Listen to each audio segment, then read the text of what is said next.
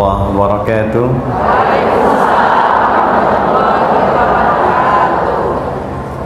Alhamdulillahi rabbil alamin, alladzi khalaqa bi'adalatihi al-dzakara wal untha, al-adama wal hawa, linakuna minal muttaqin.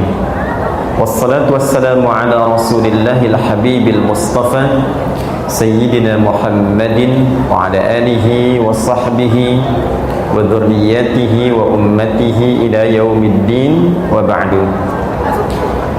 Faya ahbaballahi wa ahbaba rasulihi sallallahu alaihi wasallam, usi nafsi wa iyyakum bitaqwallahi faqad fazal muttaqun, fala tamutunna illa wa antum muslimun. Faqala ta'ala, ya ayyuhalladzina amanu taqullaha haqqa tuqatih wa la tamutunna illa wa antum muslimun. Wa qala ya ayyuhan nasu ittaqu rabbakumul ladzi khalaqakum min nafsin wahidah wa khalaqa minha zawjaha wa batha minhuma rijalan katsiran wa nisaa'a wattaqullaha alladzi tasaaluna bihi wal arham innallaha kana 'alaikum raqiba. Para ibu sekalian yang seluruhnya tanpa kecuali semoga senantiasa dimuliakan, dirahmati dan diridhai oleh Allah Subhanahu wa taala.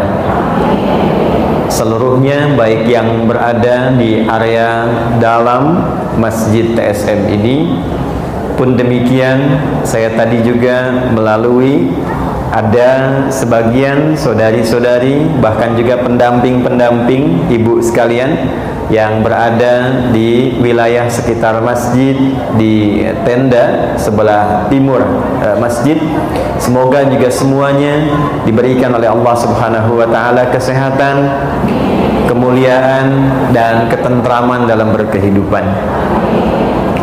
Pertama, saya minta izin untuk menyampaikan tausiah pagi ini sedikit banyak tanpa kacamata dulu, supaya ibu semua kelihatannya sama di pandangan saya, sama-sama tidak kelihatan jelas. Baik, para ibu sekalian sehat ya? Damang? Baik, alhamdulillah. Kalau begitu selesai ceramah kita, karena judulnya kan healing ya. Ya kalau sudah sehat, damang, tidak perlu healing. Berarti selesai kajiannya ya. Langsung doa saja. Baik, tema kita cukup menarik pagi ini. Minimal menarik para ibu dan para ayah hadir di sini. Healing tanpa berpaling. Sebetulnya harus ditanya dulu ini, kenapa mesti ada healing? Dan pertanyaan yang paling serius, kenapa mesti berpaling? Atau jangan-jangan kita balik judulnya, karena berpaling itu maka butuh healing. Dari sini baru kita bisa urutkan berpaling dari apa sehingga menghadirkan problem kehidupan yang mungkin membuat sementara kalangan tidak stabil sehingga membutuhkan healing. Kita akan keluarkan dalam Al-Quran, tapi kita akan coba urutkan dulu jalan berkehidupan dan jalan berfikirnya, supaya setidaknya kita mengerti yang diinginkan oleh Allah itu, khususnya bagi para hamba-hamba Allah yang perempuan, baik yang telah beriman ataupun yang belum beriman. Seperti apa perempuan itu diciptakan, apa tugasnya, dan apa kemungkinan-kemungkinan yang akan dialami oleh setiap perempuan dalam berkehidupan.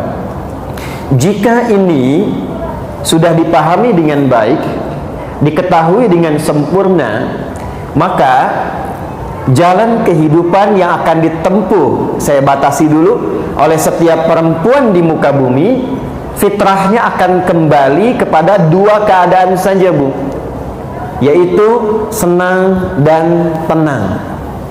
Karena memang saat Adam dan Hawa diturunkan ke muka bumi untuk mulai menjalani kehidupan di bumi sebagai misi utama itu, konsep dasarnya tenang dan senang.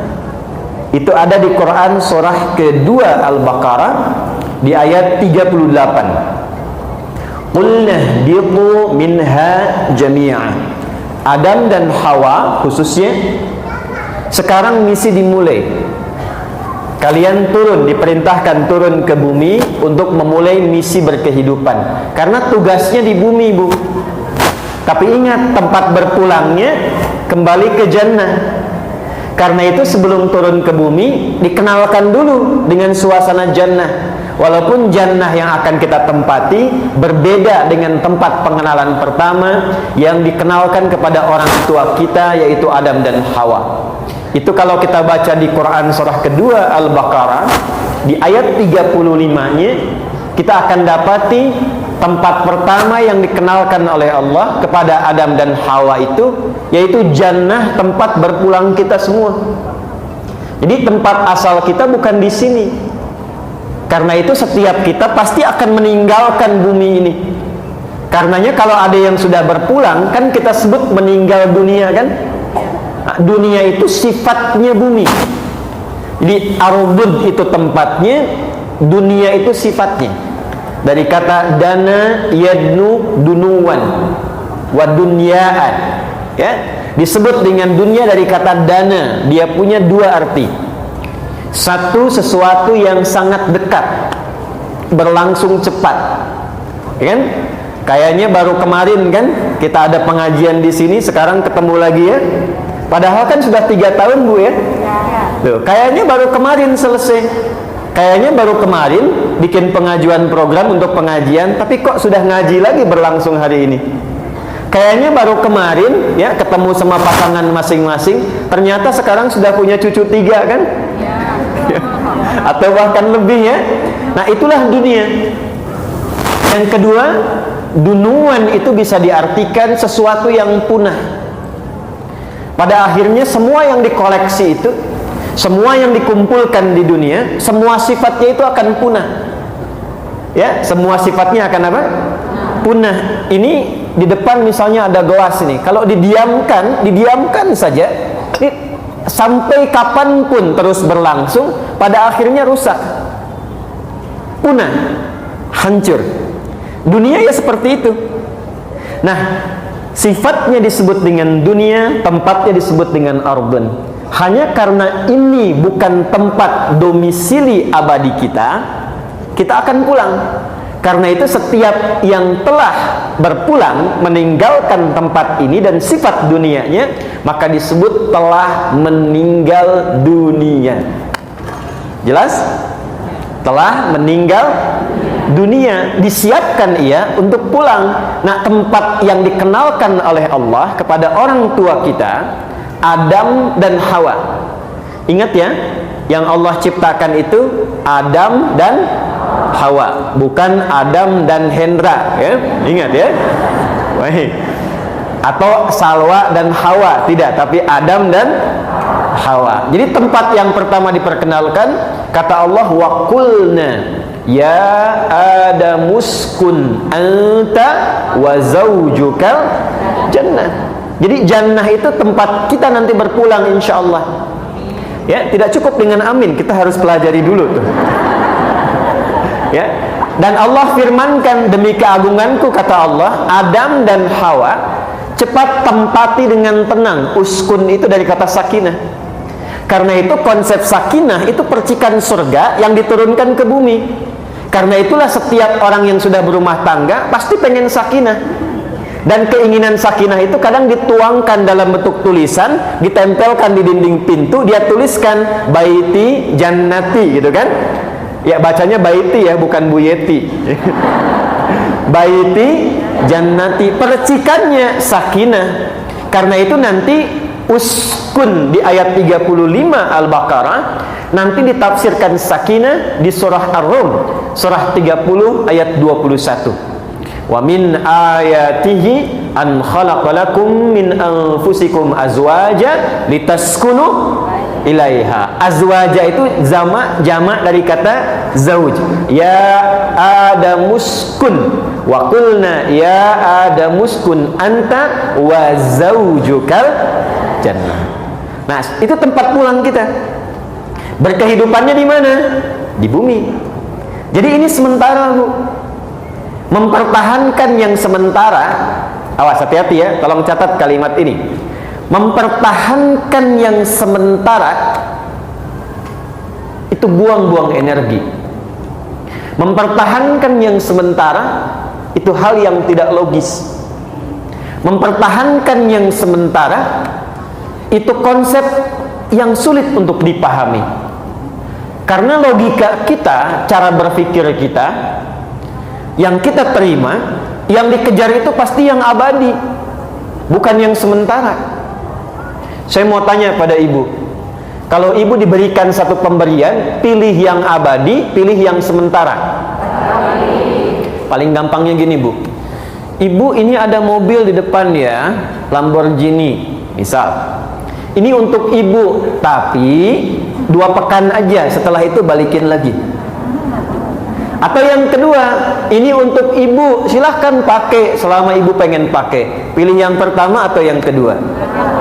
Yang kedua, idealnya begitu. Tapi kan kebanyakan sekarang pilih yang sementara, kan? Kan konsep ini kalau sederhananya bahasa Qur'annya begini di surah Ad-Duha, walal akhiratu khairul laka minal. Tuh, ayatnya hafal kan? Halo? Hafal ayatnya kan? Dan akhirat itu yang abadi, tempat kita pulang, kata Allah, itu yang utama, itu yang abadi, itu yang lebih baik dibandingkan dengan ula. Ula itu dunia sekarang. Jadi kalau saya tanya ibu, pilih dunia atau akhirat? Masa? Akhirat. Yo, gini. Ibu tahu kan 2 rakaat sebelum subuh itu lebih baik daripada dunia dan seisinya? Baik ya, rakaatul fajri khairum minad dunya wa ma fiha. Menunaikan salat sunnah qabliyah subuh 2 rakaat itu kata Nabi nilainya di sisi Allah lebih tinggi dibandingkan dengan dunia dan semua isinya. Saya tanya ya, kalau ibu ditawari uang 10 juta, pilih 10 juta atau mengerjakan qobliyah subuh?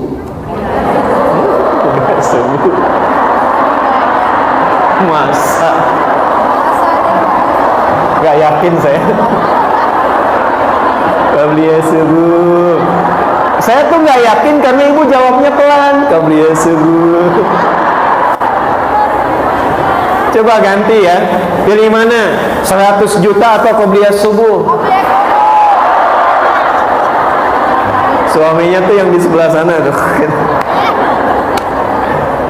Tapi realitasnya kan tidak begitu. Ibu pilih qobliyah subuh, tapi suami pilih dunia untuk bekerja. Betapa banyak orang yang sudah berangkat bahkan sebelum subuh, padahal dia mengetahui yang punya rezeki siapa, yang memberi siapa. Allah menyampaikan lewat siapa? Nabi, Rasul menyampaikan kepada kita. Kenapa kita tidak ambil keterangan Nabi? Artinya kalau itu diambil, dunia itu digenggam. Hadisnya begitu. Ketika dikerjakan amalan, dibangun konektivitasnya, maksudnya Allah akan buka kemudahan pintu rizki, seakan-akan dunia dalam genggaman nantinya. Jadi pada orang-orang hebat di masa Nabi Sallallahu Alaihi Wasallam. Jadi setelah semua itu dikerjakan, tidak ada satu pun dalam kehidupan Nabi yang hidupnya nestapa. Dan dibawa kemanapun, mau laki-laki, mau perempuan, pekerjaan apapun itu sukses, Bu.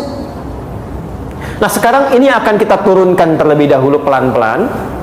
Lalu kita akan lihat dalam keterangan Al-Quran dan hadis-hadis Nabi Muhammad SAW, apa keterangan di Al-Quran dan penjelasan dari Nabi, khususnya menyangkut di situasi-situasi kini. Karena 15 abad yang lalu kurang lebih, Nabi sudah menyampaikan ada situasi akhir zaman, akan terjadi situasi seperti ini, dan itu akan berdampak pada perempuan dan tidak masa-masa itu. Disinilah kemudian pembahasan akan coba kita uraikan. Paham? Jelas? Belum, kan belum saya mulai. Kita baru mukaddimah, sekarang kita mulai. Tadi itu mukaddimah, Bu, kita belum mulai. Ya, alhamdulillah. Saya tuliskan dulu ya urutan-urutannya. Hanya kalau saya menulis, memang saya harus pakai kacamata supaya terlihat dengan lebih baik. Bismillahirrahmanirrahim. Ibu kelihatan ya? Alhamdulillah. Ya, bagus. Yang di sini belum, sana kelihatan. Memang imannya sebelah sana kuat banget tuh. Belum saya tulis sudah kelihatan.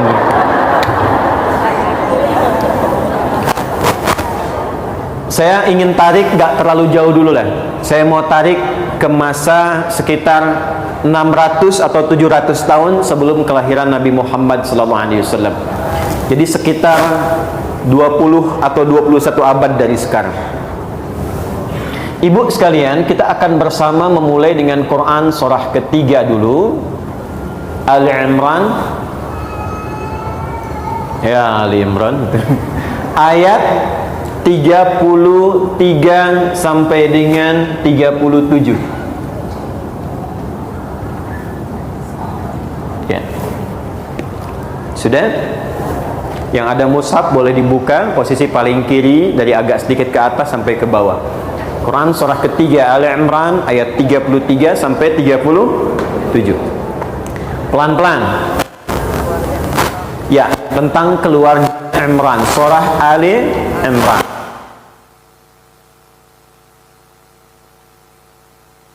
Tuliskan dulu beberapa satu tahap supaya mudah memahaminya. Innallaha astafa Adam. Ada ayatnya? Baik. Wa Nuha wa ala Ibrahim wa ala Imran 'alal 'alamin. Ada ayatnya? Baik. Dimulai dengan inna ya Bu ya. Dan na-nya pendek, tidak dibaca panjang. Inna dibaca pendek. Itu dalam ilmu nahwu disebutnya huruf taukid yang berfungsi menguatkan satu informasi.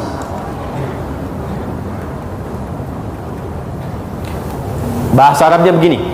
Inna harfu nasbin wa taukidin tansibul isma wa tarfa'ul khabara mabniyun 'alal fathi la mahalla lahu minal i'rabi. Paham? Tidak. Baik. Inna harfun nasb wa taukidin. Inna itu huruf nasab dan taukid. Kalau belajar nahwu standar, nasab itu artinya huruf yang menjadikan kalimat setelahnya berharakat fathah atau kasrah kalau jamak. Tapi kalau kita ngaji ilmu balaghah, cabang ketiga di bahasa Arab, nasab itu artinya begini Bu. Nasabar rajulu asahu fil ardi, menancapkan sesuatu dengan kuat sampai tidak goyah. Jadi kalau ada tongkat ditancapkan di bumi, di tanah, kuat sekali sampai tidak goyah, itu nasab namanya. Jadi kalau ada huruf di Al-Quran, informasi ayatnya dibuka dengan inna, seakan Allah ingin mengatakan begini, hei, tancapkan informasi ini dalam qalbumu dengan kuat, jangan sampai goyah. Kuatkan pada dirimu. Jelas? Nah, kemudian yang kedua, ini pun nanti alamatnya fathah. Fathah itu kalau kita ngaji fikih lughah, sesuatu yang dibuka untuk menyampaikan sebuah inspirasi. Ada hikmah yang ingin disampaikan. Contoh gini, nanti ada beberapa ayat di Quran misalnya, bukan karena sorof atau nahunya saja, karena memang ada hikmahnya. Ibu kalau buka lompat sebentar, Quran surah ke-21 Al-Anbiya ayat ke-83. Ibu kenal Nabi Ayub ya? Ya, kenal di mana? Ya. Nabi Ayub kan diuji dengan penyakit Bu ya? Baik, semua anaknya wafat kan? Asetnya habis semua ya? Ayatnya ketika diperkenalkan pada kita dibuka dengan fathah. Wa ayyuba. Bukan wa ayyubu, bukan wa ayyubi. Wa ayyuba. Ya, idnada rabbahu anni massaniya dhurru wa anta arhamur rahimin. Perhatikan, Cara menerjemahkannya begini, wa ayyuba, dan kami buka kisah Ayub ini untuk menjadi inspirasi bagi orang-orang yang diuji dengan penyakit. Separah apa sih sampai mengeluh? Separah apa sih sampai menjauh dari Allah? Separah apa sih bahkan sampai menyalahkan Allah? Sedangkan Ayub diuji penyakit alaihi salam yang tidak pernah dialami orang sebelumnya dan tidak akan dirasakan orang setelahnya. Jadi kalau kita mampu belajar dari Nabi Ayub ini, kata Allah, aku akan sembuhkan penyakit seberat apapun seperti Ayub alaihi salam pernah disembuhkan. Jelas? Nah, kalau kita kembali ke Ali Imran di ayat 33, ayatnya seakan ingin berkata begini, hei, tancapkan dalam hatimu dengan kuat, jangan ragu. Akan dibuka kisah tentang orang-orang terpilih yang setiap perjalanan hidupnya akan jadi inspirasi bagi setiap orang-orang setelahnya. Siapa saja mereka? Satu diantaranya Adam, manusia pertama. Adam Nabi bukan? Nabi ya? Rasul bukan? Halo? Nah, kalau tidak tahu cepat katakan wallahu alam ya. Adam Nabi bukan? Rasul bukan? Baik, Adam Nabi bukan Rasul. Bedanya apa? Kalau Nabi untuk pribadi orang terdekat, kalau Rasul sudah ada umat. Adam turun kan umatnya belum ada, cuma ada Hawa alaihassalam. Jadi Adam Nabi bukan Rasul. Nah, ketika Allah memilih orang tertentu yang dimuliakan, itu kalimatnya menggunakan istofa, kata kerjanya. Yang terpilihnya namanya Mustafa. Karena itu diantara nama yang melekat pada Rasulullah SAW disebut dengan Al-Mustafa. Satu, yang terpilih Adam. Kedua siapa? Nuh. Perhatikan urutannya. Adam Nabi, Nuh Nabi dan Rasul. Baik, setelah itu siapa? Wa ala Ibrahim. Adam Nabi tunggal, Nuh Rasul tunggal. Setelah itu Ibrahim. Kenapa langsung lompat ke Nabi Ibrahim? Allah ingin memberikan urutan. Nih, dari yang pribadi Nabi, Rasul yang sendiri. Setelah itu sosok Nabi dan Rasul yang mampu membimbing keluarganya sehingga semua keturunannya baik di hadapan Allah Subhanahu wa taala. Jadi dari semua jalur, dari jalur Sayyidah Sarah turun Ishak alaihi salam, dari Ishak nanti lahir Yakub, dari Yakub lahir Yusuf alaihissalam, sampai ke Musa, sampai kemudian ke Daud, sampai ke Sulaiman, sampai ke Nabi Isa alaihissalam ke bawahnya. Dari Nabi Ismail, Sayyidah Hajar, lahir Nabi Ismail alaihissalam. Dari Nabi Ismail itu sampai ke Nabi Muhammad sallallahu alaihi wasallam. Di kalau kita urut, ketemu di keturunan ke-29 ke Nabi Ismail. Muhammad sallallahu alaihi wasallam bin Abdullah bin Abdul Muttalib bin Hashim bin Abdul Manaf bin Qusay bin Murrah bin Kilab bin Ka'ab bin Ghalib bin Fihr bin Malik bin Nadar bin Kinanah bin Khuzaimah bin Mudrikah bin Ilyas bin Nizar bin Mudar bin Ma'ad bin Adnan bin Addi bin Adri bin Muqawwam bin Nahur bin Tarikh bin Ya'rub bin Yasjub bin Nabit bin Ismail alaihissalam. Ketemu di ke-29 ya. Coba ulangi ya sama. Nah. Baik, yang penting jelas ya. Jadi Nabi Ibrahim Nabi bukan? Rasul bukan? Nah, beliau itu sangat ideal secara pribadi baik, membimbing keluarga juga jadi baik. Nabi Nuh pribadinya baik, tapi kan istrinya tidak taat kan? Baik ya, anaknya ada yang tidak taat kan? Nah, maka disempurnakan Adam alaihissalam sebagai pribadi Nabi, Nuh sebagai pribadi Rasul, yang ideal Ibrahim alaihissalam Nabi dan Rasul membimbing keluarga baik. Setelah itu siapa? Kalau dicukupkan sampai di sini, ibu akan berkata begini, pantas baik Nabi, pantas soleh Rasul. Maka kita akan bertanya demikian. Sebelum bertanya, Allah langsung menjawab, saya turunkan yang keempat, yang bukan Nabi, yang bukan Rasul, tapi dia mampu menata keluarganya, semua baik, bahkan di antara keluarganya ada yang keturunannya menjadi Nabi dan Rasul. Itulah kemudian urutan yang keempat, yaitu Imran dan keluarganya. innallaha astafa Adam wa Nuha wa ala Ibrahim wa ala Imrana 'alal alamin. Ibu, sekarang ini yang mau saya sampaikan. Imran, saya berikan nasab pendeknya begini. Punya istri namanya Hannah, ya, Hannah. Nanti Hannah punya saudari namanya Elyasobat atau dikenal dengan Elizabeth, kan? Beginilah, Elyasobat bahasa di Arabnya disebut dengan Elizabeth. Elyasobat punya suami namanya Zakaria. Nah, nanti Zakaria nyambung ke Imran juga, kenal dengan Nabi Zakaria. Fokus, pelan-pelan. Di era ini kurang lebih sekitar 600-700 tahun sebelum kelahiran Nabi SAW. 6 atau 7 abad sebelum Nabi dilahirkan. Di era ini saja, 600 tahun sebelum kelahiran Nabi, perempuan itu masih dipandang kecil. Sehingga setiap ada yang mau melahirkan berharap bayinya laki-laki. Di perempuan itu masih kecil nilainya. Ya, sampai di era itu. Bahkan nanti ketika masuk zaman jahiliyah, itu hampir tidak ada nilainya. Saking tidak ada nilainya, maaf, seorang ibu yang melahirkan perempuan itu bisa dikubur hidup-hidup bayi yang baru dilahirkan itu. Ya, di wilayah Yahudi pun di era-era itu, bahkan sampai menjelang ke masa modern, itu ibadah di sinagog tidak akan dilaksanakan sebelum ada laki-laki.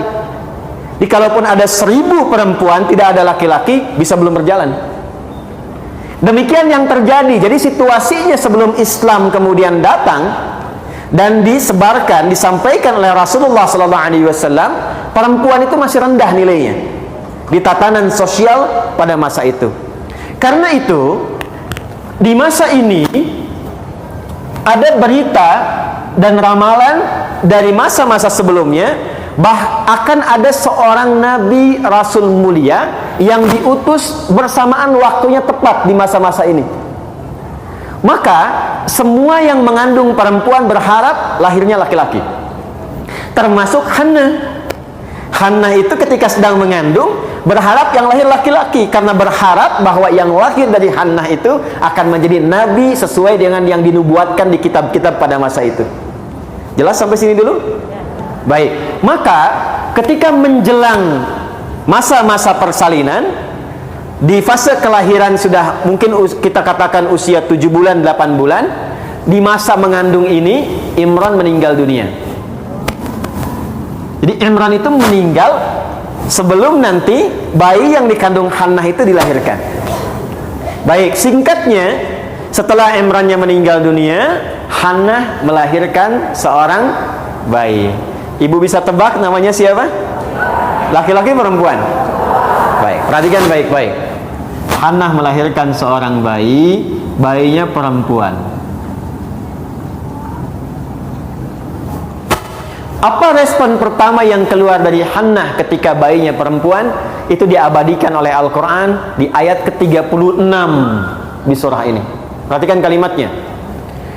Falamma wada'atha qalat rabbi inni wada'tuha untha.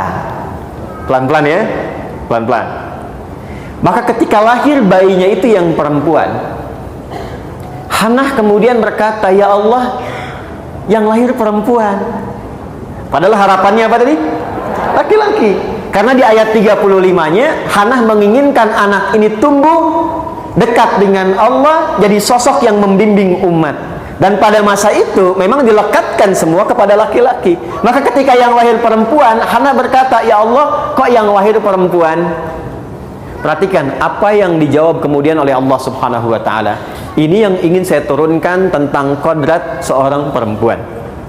Setelah itu bagaimana Allah menciptakan kesempurnaannya, bagaimana membentuk perannya, dan seperti apa ia menjalani kehidupan. Nanti penjelasan ini akan menjadi evaluasi bagi para ibu yang hadir pada saat ini. Sebetulnya selama hidup sampai saat ini masih di jalan yang telah Allah tetapkan atau berpaling dari situ. Ketika berpaling, disitulah butuh healing. Itu maksudnya. Jelas ya? Jelas tidak? Oke. Lahirlah kemudian perempuan. Apa jawab Allah? Wallahu a'lamu bima wada'at wa laysa dzakaru kal untha. Hei Hannah, Allah Maha mengetahui dan Maha kuasa atas kemuliaan perempuan dan keistimewaannya dibandingkan dengan laki-laki. Dan tidak sama keistimewaan perempuan itu dengan laki-laki. Tolong highlight ayat ini karena ini ayatnya ibu. Jadi pertama kali ketika kemudian dilahirkan perempuan, di era itu sudah diabadikan dalam Al-Quran. Jadi pertama yang mengangkat derajat perempuan sejak ia dilahirkan itu Islam. Di saat kondisi masyarakat secara sosial pada masa itu menilai perempuan itu nggak ada perannya. Ini ternyata jauh sebelum adanya piagam PBB, kan? Ada HAM, ada kesetaraan dan sebagainya. Islam sudah jauh-jauh hari menyampaikan bahwa ketika Allah menciptakan perempuan, ada sifat keadilan yang dilekatkan oleh Allah dan mencipta perempuan sama istimewanya dengan laki-laki dengan peran yang berbeda. Bisa ingin katakan satu, sifat penciptaan yang Allah telah tetapkan untuk perempuan, pertama dicipta sama istimewa dengan laki-laki dari segi perannya. Ya. Dua, diberikan status yang sama oleh Allah dari sisi ibadahnya. Baik, saya contohkan begini. Ibu kalau sholat berapa waktu? 5 kan? Baik. Ibu bisa jadi penghafal Quran tidak? Kalau puasa Ramadan setengah atau penuh? Sama semua kan?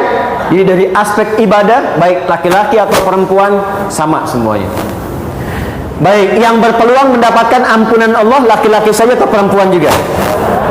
Berarti punya peluang yang sama. Baik dari segi ampunan, dari segi doa, dari segi amalan, semua aspek ibadah, laki-laki dan perempuan sama berkeadilan, setara sifatnya. Itu ada di Quran surah ke-33 ayat 35. Ini yang Quran surah 33 Al-Ahzab ayat 35. Sebab pada masa itu di kalangan Yahudi, kalangan Nasrani, kalangan beberapa keyakinan yang lain, perempuan itu terbelakang, Bu. Jadi harus laki-laki yang punya peran. Yang jadi pemuka agamanya laki-laki, yang jadi pakarnya laki-laki, ya, yang optimal untuk memohonnya laki-laki. Ketika Al-Quran kemudian diturunkan, kata Allah, hei, perempuan pun punya kesempatan yang serupa dengan laki-laki dan peran yang sama dalam konteks apa? Ibadah. Jelas di sini? Oke. Ibu sekalian, sejak era itu sampai ke jahiliyah, bahkan dalam peran rumah tangga pun itu perempuan tidak punya nilai. Artinya kalau ingin dinikahi, ya digauli begitu saja. Diambil, digauli, selesai. Datang era Islam, diatur oleh Allah, bahkan untuk menikah pun diberikan kesetaraan sifatnya dan harus diberikan penghargaan berupa mahar sebelum pernikahannya. Turun Quran surah keempat ayat yang keempat. Wa atun nisaa sadaqatihinna nihlah. Masuk ke bab rumah tangga.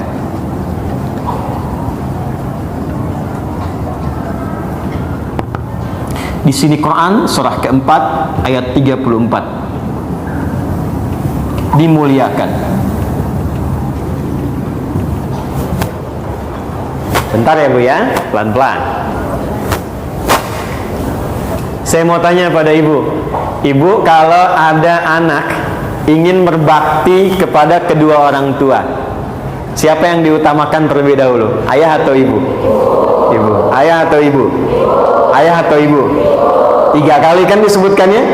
Nabi menyebutkan ummak, ummak, ummak, baru abah.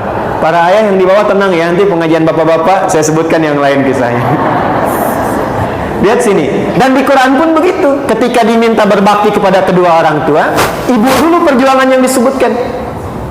Kalau ibu buka Quran surah ke-31 ayat 14. Dalam proses bakti pada kedua orang tua, ibu didahulukan. Quran surah 31 ayat 14 dan Quran surah 46 ayat 15. Wa wassaynal insana biwalidayhi. Di Quran surah Luqman, hamalathu ummu. Pelan-pelan ya. Ibunya dulu. Karena itu komentar sahabat Ali bin Abi Thalib radhiyallahu taala anhu ketika ditanya apa yang dimaksud sabda Nabi ibu disebutkan 3 kali sementara ayah sekali, kata Ali bin Abi Thalib radhiyallahu taala anhu, karena ibu itu, perempuan itu melalui 3 fase yang tidak pernah dialami oleh laki-laki. 1, mengandung. Ada laki-laki yang mengandung? 2, melahirkan. Ada laki-laki yang melahirkan? 3, menyusui, memberikan ASI. Ada laki-laki yang memberikan ASI, menyusui? Tidak ya? Maka ibu disebutkan 3 kali dibandingkan dengan laki-laki 1 kali. Dari semua ini yang ingin saya sampaikan adalah, sebelum saya sampai ke situ, yang terakhir, ibu pernah dengar nggak kisah seorang pemuda yang akan berjihad? Setelah dia berangkat ke lapangan, temannya mengadukan, kata kawannya, ya Rasulullah, ibunya si fulan itu sedang menangis karena ia belum mampu melepas anaknya berangkat berjuang. Maka apa respon Nabi? Kata Nabi, panggil anak itu. Ketika anaknya datang, perhatikan komen Nabi, irji, kamu pulang dulu, buat ibumu tertawa seperti engkau telah membuatnya menangis. Bahkan kalau dibandingkan dengan jihad militer pun, itu ternyata bakti pada ibu itu bisa di atas jihad fi sabilillah dalam konteks perjuangan militer. Statusnya dinaikkan dalam konteks jihad.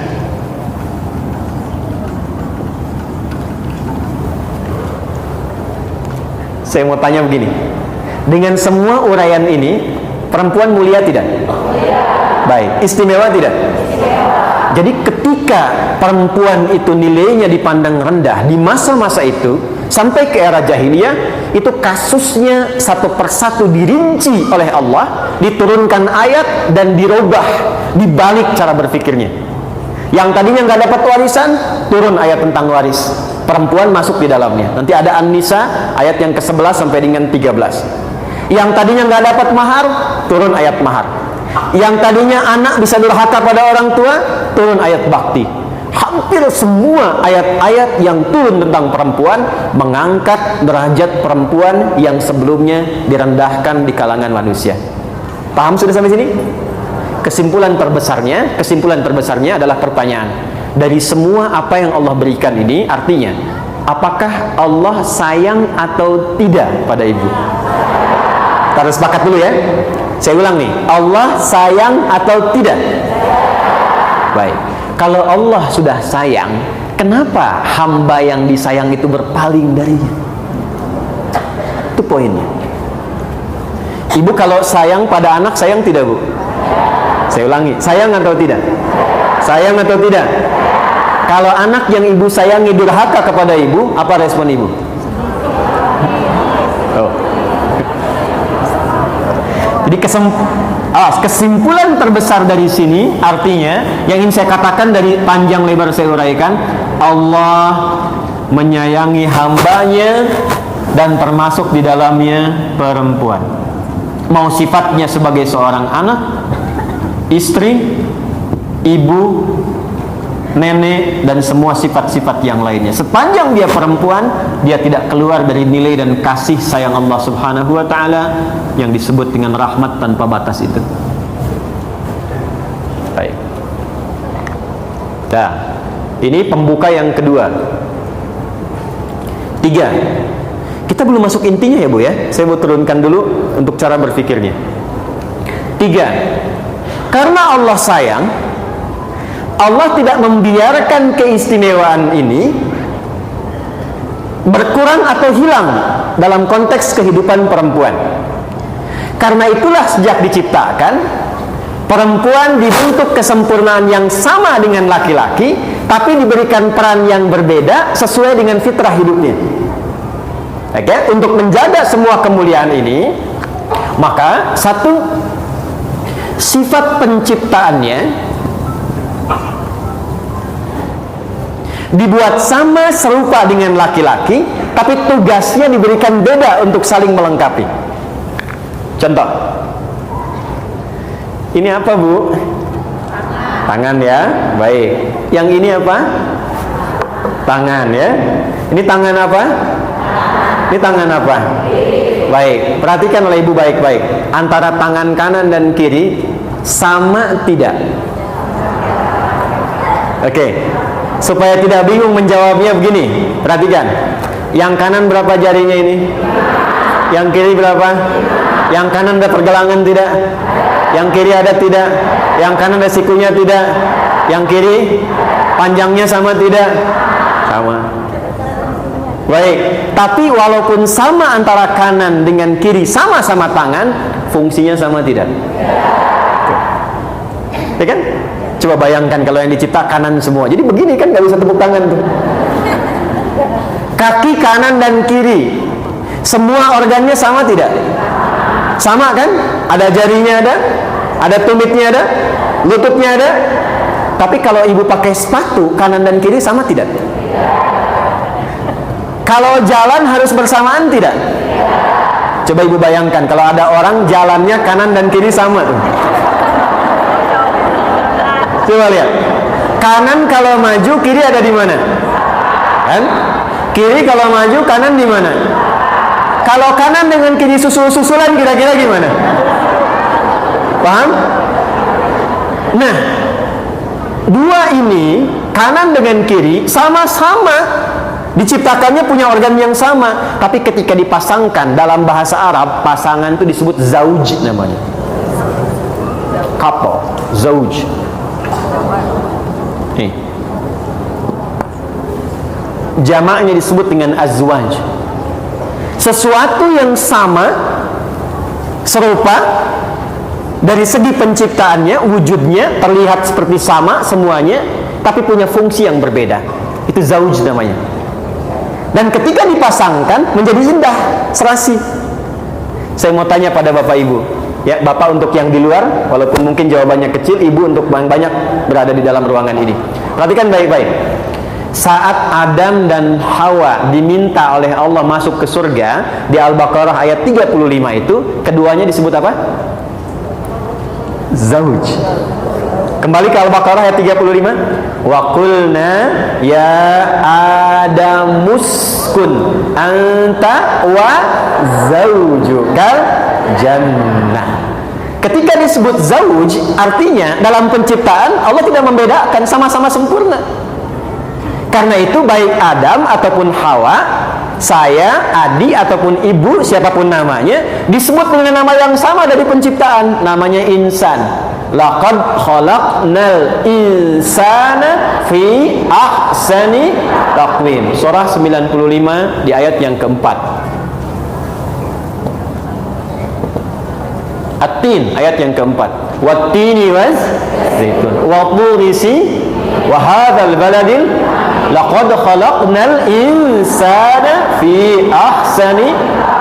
Jadi baik saya laki-laki insan, ibu perempuan pun insan. Dalam konteks insan, kita diciptakan sama-sama sempurna.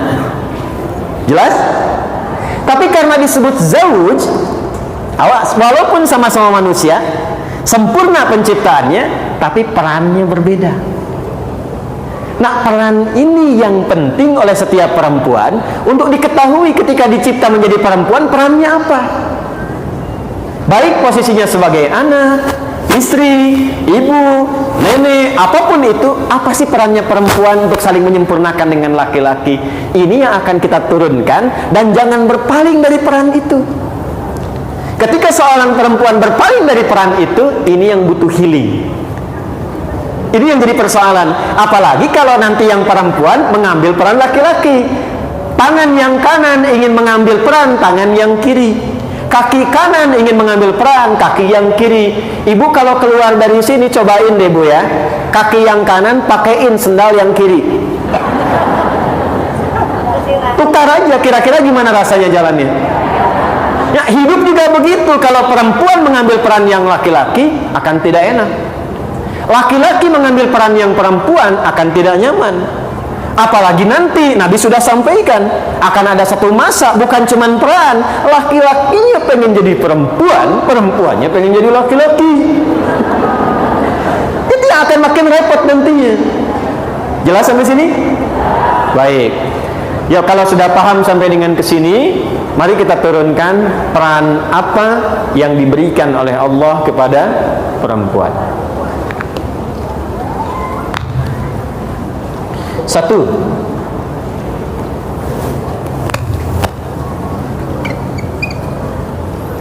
yuk kita urut ke sini Bu. Ini kan ada 5 ya. Saya mau ambil yang tengah-tengah dulu. Kalau 1 sampai 5 pertengahannya berapa? 3 ya. Nah, kita ambil yang di rumah tangga dulu. Baik. Kalau yang sama kita tidak perlu banyak bahas. Sholat, sama-sama sholat kan? Laki-laki khusyuk, perempuan juga khusyuk. Puasa dari mulai subuh sampai ke apa? Maghrib. Saya kan perempuan Ustadz, sampai asar aja. Tidak. Ya, tetap dari subuh sampai dengan ke maghrib. Jelas sampai sini? Baik. Kalau sholat juga sama, dari takbir sampai dengan salam. Nggak bisa karena ibu perempuan misalnya saya sampai ruku aja. Saya sudah jadi nenek, saya sampai tahiyat aja misalnya. Tidak. Sama semua dari takbir sampai dengan salam. Yuk sekarang kita ambil peran yang spesifik, rumah tangga. Dari namanya udah beda kan?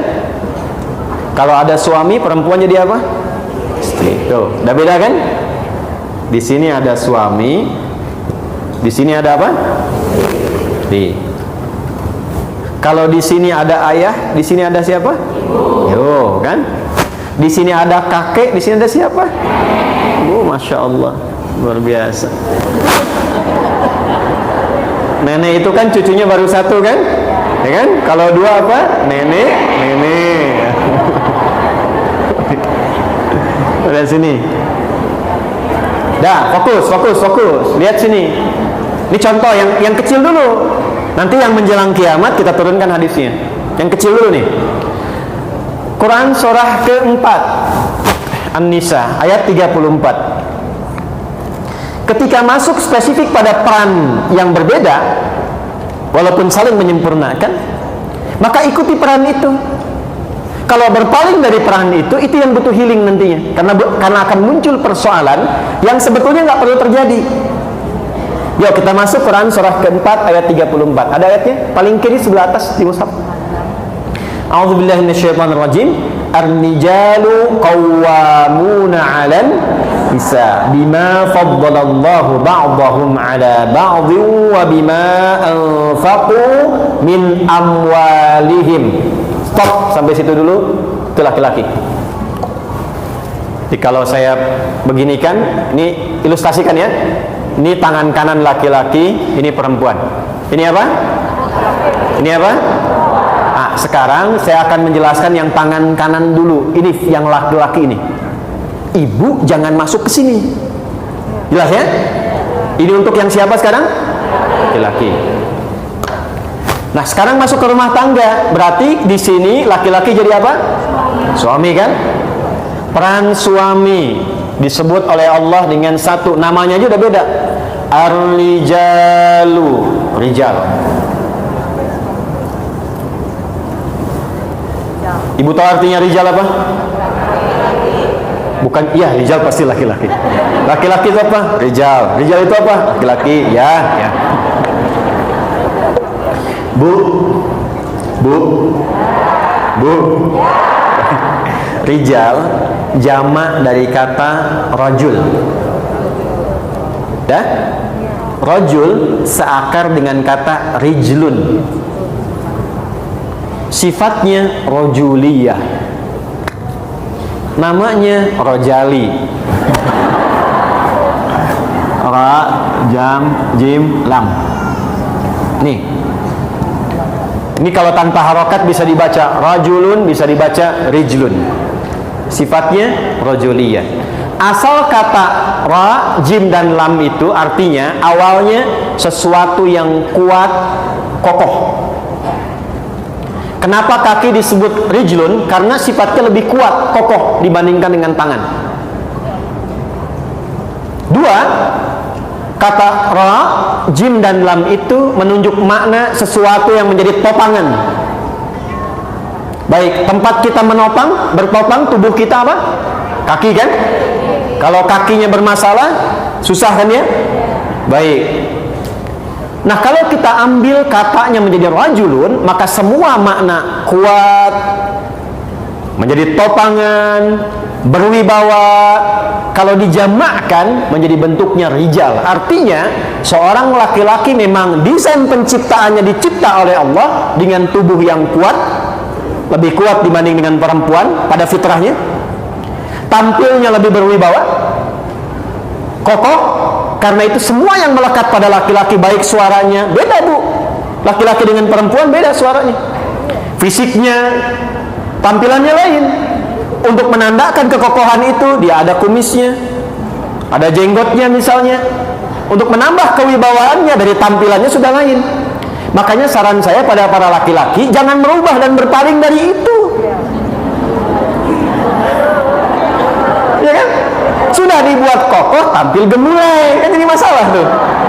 Ya kan? Damang. Jadi berpaling, ketika berpaling ada persoalan. Ya. Jadi kalau yang perempuan Nia saja, Kurniadi saja. Jangan Kurniadi menjadi Nia. Masalah. Paham? Memang diciptakannya untuk seperti itu. Makanya diilustrasikan di surat Yusuf itu, sifat-sifat ini nanti seperti peran matahari.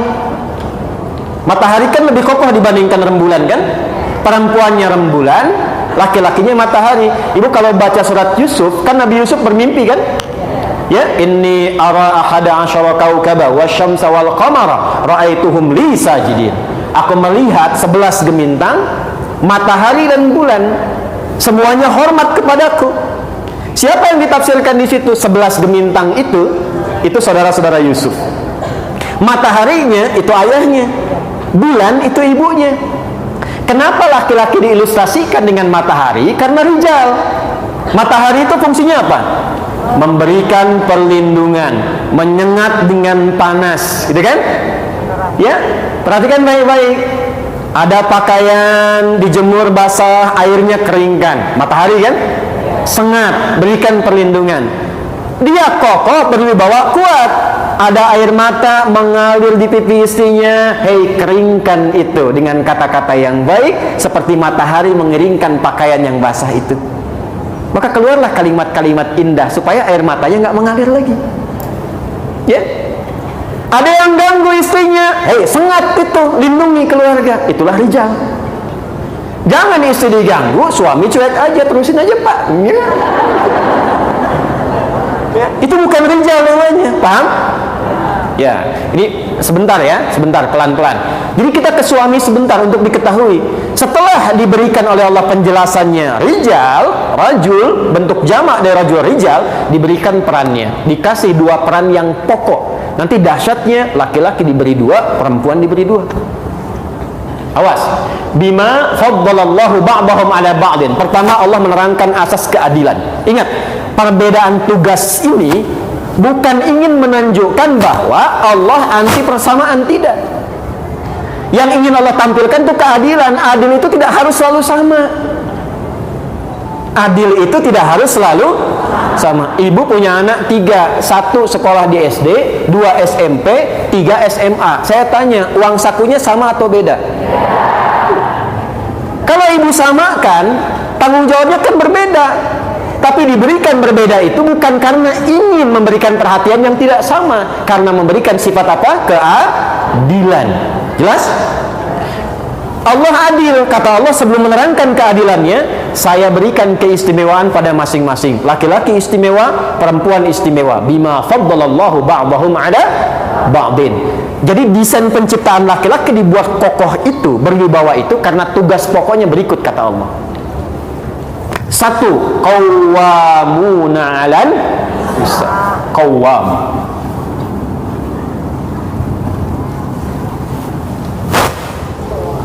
Pelindung, pengayom, pemimpin, pengarah.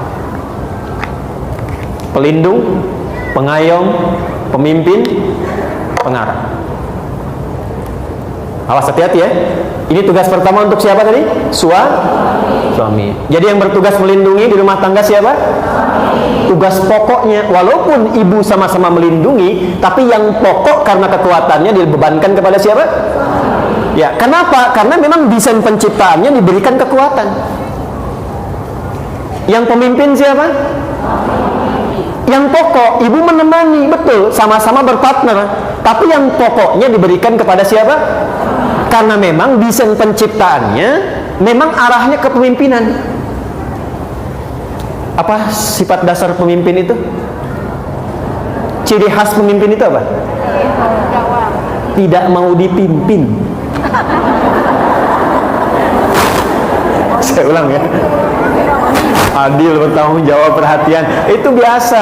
Ciri khas yang paling pokok pemimpin itu tidak mau dipimpin.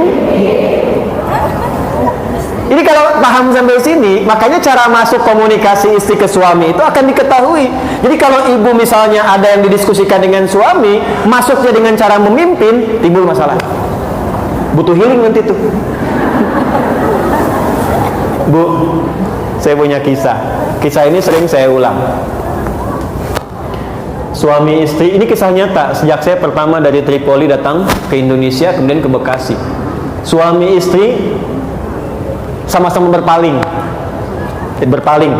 ya, nggak tegur sapa semalaman. Gara-gara persoalan yang sepele sebetulnya. Dan itu masalahnya masalah ibadah, masalah sholat. Suami sujud pakai lutut duluan,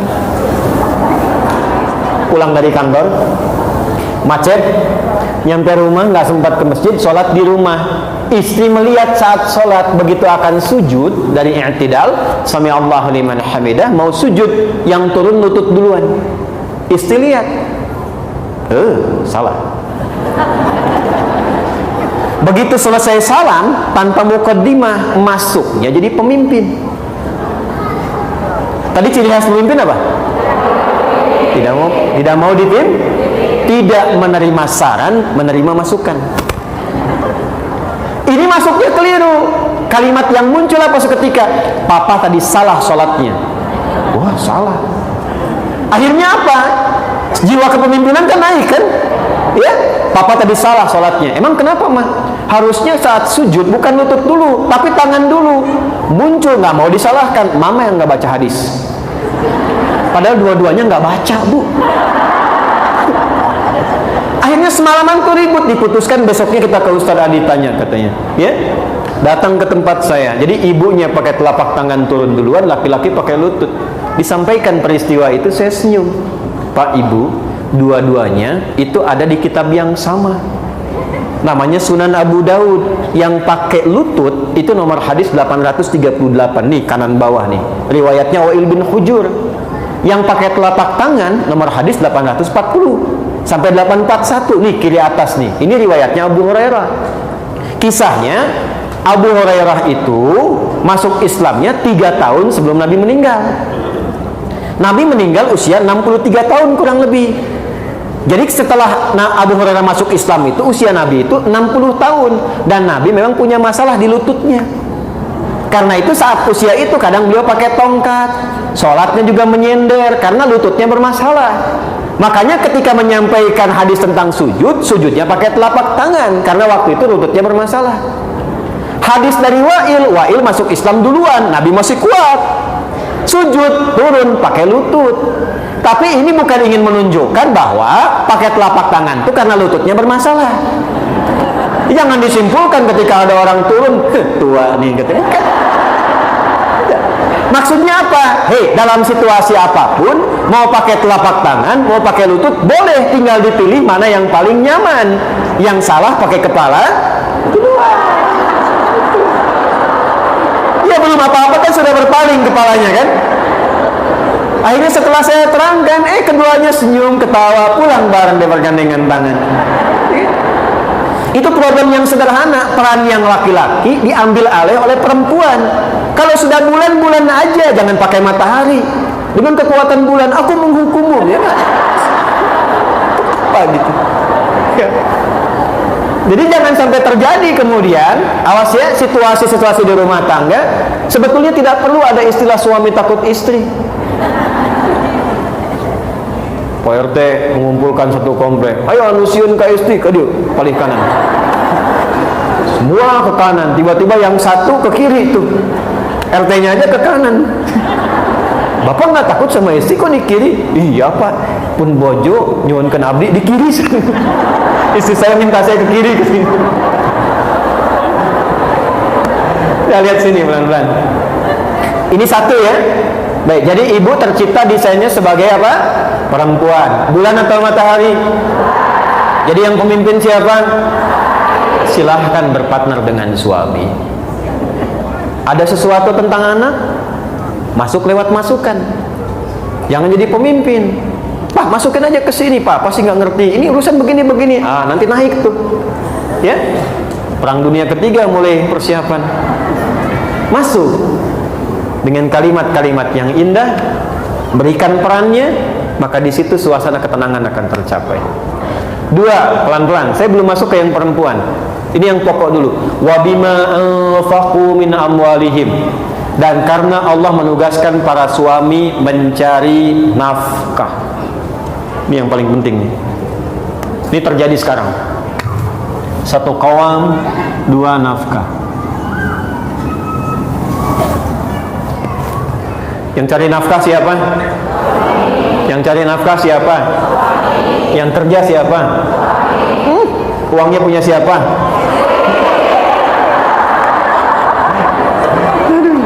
Uang istri, uang suami punya? Ya, terserah ibu aja deh.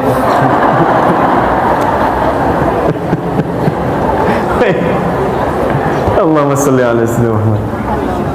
Sini pelan-pelan. Bu. Baik, yang cari nafkah siapa?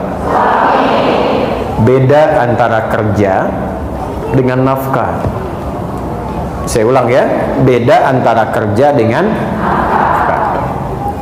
Nafkah itu usaha yang diikhtiarkan untuk memenuhi kebutuhan rizki di rumah tangga. Usaha yang diikhtiarkan untuk memenuhi kebutuhan rizki di mana? Rumah tangga. Bentuknya beragam jenis pekerjaan, tapi tidak semua pekerjaan itu sifatnya nafkah. Awas, ini mulai serius nih. Tidak semua pekerjaan itu sifatnya apa? Karena nanti perempuan pun diperkenankan untuk beraktivitas dalam bentuk pekerjaan-pekerjaan dengan dua syarat utama nanti. Satu, bukan dipahami sebagai nafkah. Yang kedua, tidak mengganggu stabilitas di rumah tangga, yang mengabaikan tugas-tugas pokoknya. Nanti saat masuk ke tugas pokok perempuan kita akan bahas itu. Kalau keluar dari sini sengaja bekerja misalnya dan dipahami sebagai nafkah, maka pasti, saya katakan pasti akan muncul persoalan-persoalan di rumah tangga. Jadi kalau sifatnya pencarian nafkah, itu tugas suami, bukan istri. Sepanjang ada kemampuan dan sudah Allah lekatkan itu semua, maka dia bergerak berikhtiar pun kebutuhan yang ada di rumah itu Allah akan penuhi. Cara menerangkan gampangnya begini. Contoh, di rumah ada suami A, perempuan di sini istri B, di sini B, ada anak 3 C, D, E. Nafkah tuh begini. Kalau suami A dia bekerja mencari yang halal dan baik, dapat berapapun dari pekerjaan itu akan Allah cukupkan untuk seluruh yang ada di rumah ini. Nanti hasilnya diberikan kepada istri, istri mengolah jadi untuk semua. Ya. Makanya nanti di Islam itu ada bab khusus. Nanti kalau bapak-bapak ngaji saya terangkan babnya. Bagaimana suami bisa mensupport mencari rizki yang baik, yang mencukupi, bahkan menyenangkan untuk istri sehingga mudah untuk mengolahnya. Tapi karena ini kajiannya untuk ibu, saya ingin katakan, suami dapat berapapun diberikan kepada istri, itu Allah akan buat cukup untuk sekeluarga. Sebaliknya, kalau istri memaksa, memahami untuk bekerja sebagai nafkah ke sini, maka sebanyak apapun yang dibawa ke rumah itu tidak akan pernah menjadi cukup untuk kebutuhan keluarga, dan selalu akan lahir persoalan-persoalan di dalamnya. Jelas? Zaman Nabi perawat ada yang jadi perawat, yang jadi guru ada, karena memang ada sifat-sifat pekerjaan yang memang mutlak perempuan ada di situ. Yang mengandung siapa? Yang melahirkan siapa? Perempuan. Masa yang periksa laki-laki? Saya ulang, yang mengandung siapa? Yang melahirkan siapa? Anu ngababarkeun saha? Istri, perempuan, ibu. Kok yang periksa laki-laki? Makanya di sini perempuan jadi perawat, perempuan jadi bidan, perempuan jadi dokter, perempuan jadi guru, boleh tidak? Boleh. Sayyidah Aisyah radhiyallahu taala anha, ummul mukminin, guru, pengajar, bahkan ada murid dari kalangan laki-laki pakai hijab tertentu. Jadi guru boleh.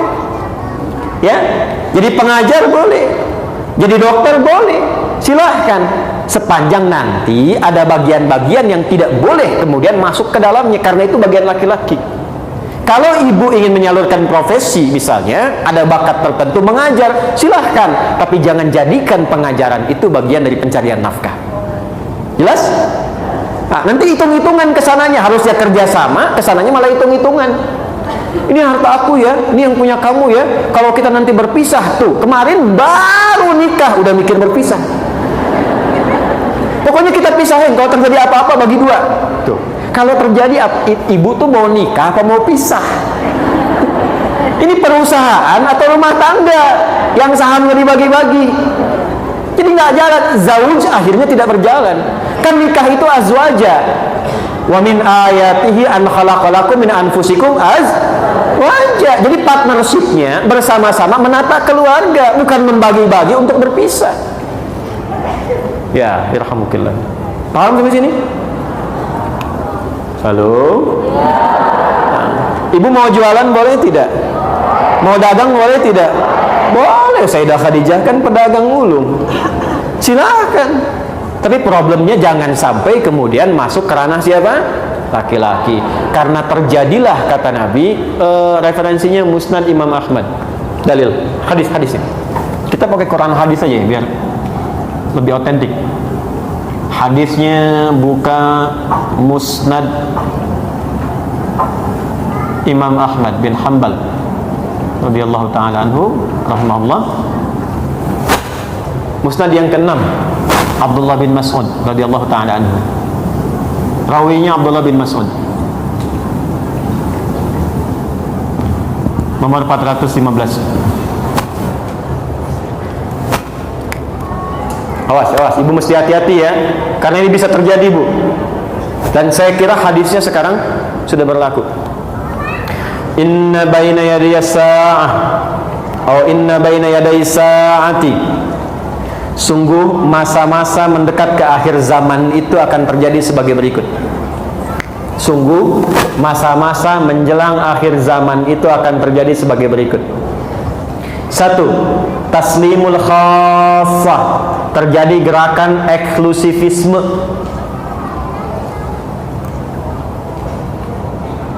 Apa Ustaz eksklusivisme itu? Cara pandang yang mengkhususkan sesuatu di semua aspek. Jadi kalau bergaul sama golongan ini aja, yang itu nggak bisa berbaur. Kalau mengaji khusus ini aja, nggak bisa campur dengan yang lain. Bahkan untuk memberi salam pun pada golongannya aja, yang bukan golongannya tidak disalami. Itu kata Nabi. sekalipun dia sama-sama muslimah. Assalamualaikum ukhti. Apa ya? Ibu kan masih bid'ah. Hah? Jadi yang dulunya afsus salam kepada siapapun tebarkan rahmat, kasih sayang, salam. Ibu dulu kan kalau bertemu masih Assalamualaikum ya. Temu saya di Timur Tengah itu masuk angkot aja Assalamualaikum. Ya. Assalamualaikum. Waalaikumsalam. Kalau sekarang kan masuk angkot Assalamualaikum bawa kotak kan. Nah ini akan terjadi gerakan-gerakan yang terbatas kata Nabi. Dekat-dekat akhir masa itu sudah nggak kenal lagi silaturahim yang luas, mulai terputus. Kemudian yang kedua apa? Ini yang terkait dengan penjelasannya. Fusyuwat tijarah, sudah mulai menyebar berbagai jenis jual beli, transaksi jual beli. Di kata Nabi semua jenis perdagangan jual beli itu ragamnya udah banyak. Sampai-sampai di hadis lain taqarrubul aswaq, cara mengakses dagangan itu jadi lebih mudah. Sekarang terjadi tidak? Dulu ibu kalau mau ke Kosambi naik angkot ya, naik ojek jalan, dapat di situ pulang kan? Sekarang keluarkan handphone, klik datang sendiri ya. Terjadi belum? Sudah terjadi? Dan sekarang luar biasanya ragamnya jadi banyak ya pilihannya. Klik makanan banyak semua pilihan. Model jilbab banyak tuh kelihatan. Jadi ibu mau klik apa aja keluar produknya banyak kan? Di satu segmen itu banyak ragam. Kata Nabi mendekat kepada akhir zaman itu akan terjadi ragam banyak sekali dalam konteks kehidupan ekonomi. Dagangan modelnya banyak, satu menu bisa banyak. Ibu kalau keluar saya tuh bingung tuh. Sate aja sekarang banyak. Sate A, sate B, sate C, sate ini. Ya. Kemarin mau kurban grade-nya aja banyak ya. Kurban grade A, kurban grade B, kurban grade C dan sebagainya. Ya, yang jadi persoalan apa? Sampai-sampai saking banyaknya peluang berdagang itu, istri ikut membantu suami hadir di dalamnya. Fatu'inul mar'atu zawjaha fit tijarati, itu hadisnya. Maka suami mulai melibatkan istri dalam bisnis, dalam dagangnya. Atau kadang-kadang istri inisiatif nyusul suami pengen sama-sama dagang. Terjadi nggak sekarang? Kan? Kayaknya, Pak, Mama buka ini aja deh, gitu ya. Bapak ke kantor, Mama pengen buka ini. Salah tidak? Salah tidak? Sampai di sini hadisnya tidak menyoal. Ibu mau dagang, silahkan. Ibu mau berniaga, silahkan. Tapi yang jadi persoalan adalah ketika sudah mulai merasa sukses, baik dan seterusnya, istri naik posisi dan merasa melebihi suami, dan disitulah kemudian mengambil tanggung jawab nafkah dalam kehidupan rumah tangga. Muncul persoalan. Dampaknya apa? Satu, mulai mengabaikan tugas pokok. Ini yang dimaksudkan. Akan terjadi masa menjelang kiamat saat perempuan ikut kepada aktivitasnya laki-laki. Maka yang terjadi apa? Satu, pokok fitrahnya mulai berubah. Bu masih ingat tadi penciptaan dengan laki-laki sama sempurna tidak? Sama. Walaupun sama-sama sempurna, ada bagian yang beda tidak? Baik, laki-laki punya rahim tidak? Tidak. Perempuan? Walaupun sama-sama wajah, laki-laki perempuan dah kelihatan beda atau sama? Beda. Saya kalau ngelihat Kang Ugi, oh ini udah pasti laki-laki, nggak mungkin perempuan, ya kan? Jadi kalau ibu keluar, udah pasti laki-laki nih, perempuan nih, ya kan?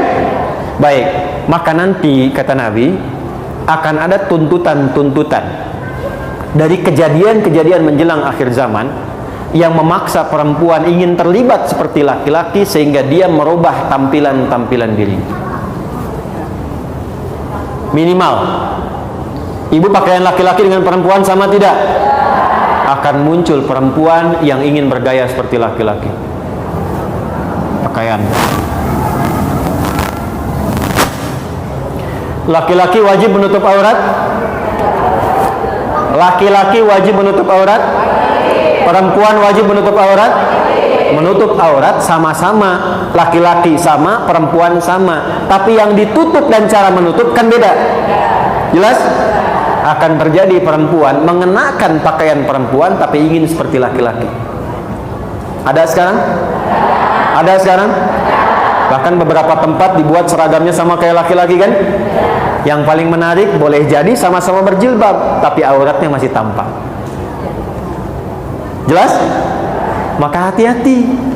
Kalau sudah masuk ke situasi itu, pertahankan Bu ini healingnya. Jangan berpaling.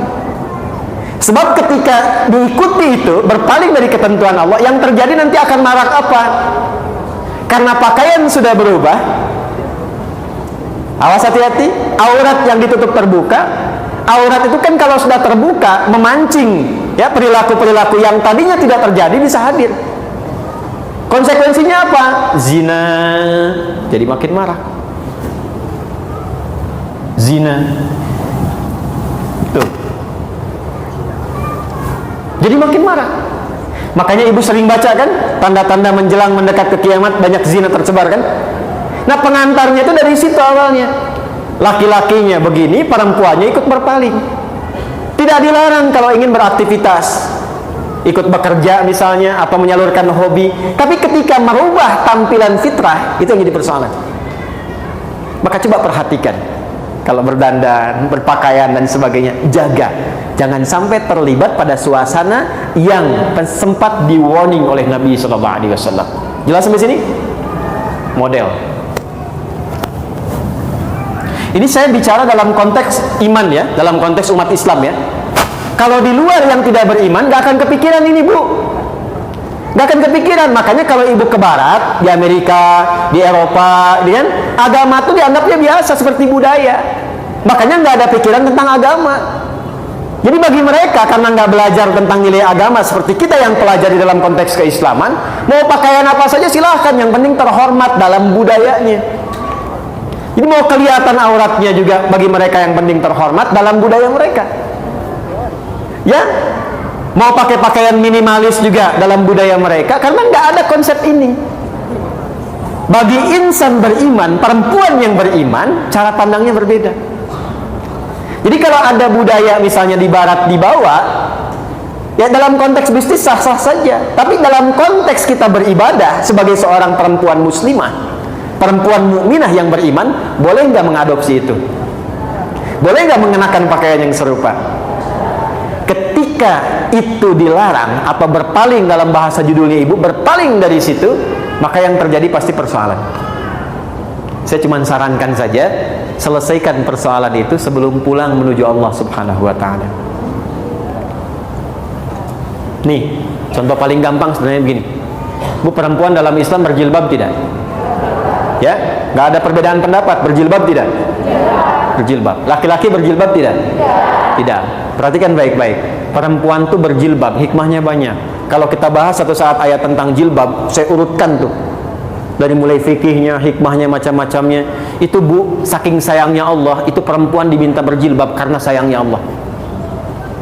Ya ayyuhan nabiyyu, hei Nabi sallallahu alaihi wasallam, qul li azwajika firalkan. Bahasa sekarang kan viralkan. Kalau sudah viral, like, share, and comment.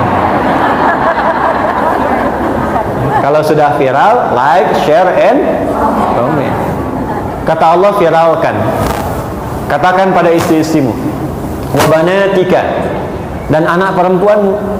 Perhatikan, wa nisa'il mu'minin, dan semua perempuan yang beriman. Saya tanya, ibu perempuan tidak? Perempuan bukan? Beriman tidak? Berarti ayat ini untuk saya atau untuk ibu? Oh. Ayat ini untuk perempuan atau laki-laki? Yudnina min jalabibihinna asa an yu'rafna fala yu'dzain. Kata Allah, kenakan jilbab. Kenapa harus berjilbab? Satu, asa an yu'rafna, supaya diketahui mereka perempuan beriman. Kalau sudah tahu, fala yu'dzain, maka melekat hukum pada laki-laki untuk menghormati dan membantu serta melindunginya. Jadi dulu Bu, kisahnya begini. Waktu ada perempuan di Madinah yang muslimah, sebelum ayat tentang jilbab turun, itu malam-malam mau buang hajat. Kan dulu tuh nggak ada seperti kita toilet umum seperti sekarang. Jadi kalau mau buang hajat tuh ke kebun kurma, kemana, malam-malam ketika akan keluar, diganggu oleh laki-laki Yahudi, preman-preman Madinah. Dilaporkan kepada Nabi. Begitu esoknya dilaporkan, turunlah ayat ini. Disuruh pakai jilbab. Begitu pakai jilbab, sudah viral di kalangan para pemuda muslim. Itu muslimah tuh, itu mukminah tuh. Maka perintahnya satu, kata Al-Quran, setiap Anda melihat perempuan berjilbab, bantu, tolong, lindungi dia. Kaidah fikihnya begitu, hukumnya begitu. Jadi sebetulnya saya kalau melihat ibu berjilbab kesulitan, saya wajib bantu ibu. Enak bener deh ibu beli beras, aduh susahnya, kelihatan sama Pak Duni, saya aja yang bawain bu. Tuh. Saya ada perlindungan. Jadi jilbab itu bukan sekedar dikenakan untuk menunjuk identitas sebagai insan beriman muslimah, bukan hanya itu wujud sayangnya Allah kepada perempuan.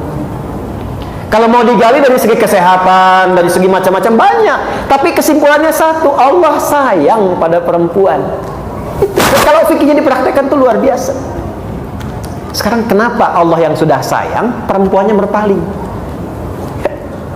Allah sayang memberikan jilbab. Banyak orang mencari kasih sayang Allah. Ini Allah langsung memberikan kasih sayangnya. Saking sayangnya pakai nih.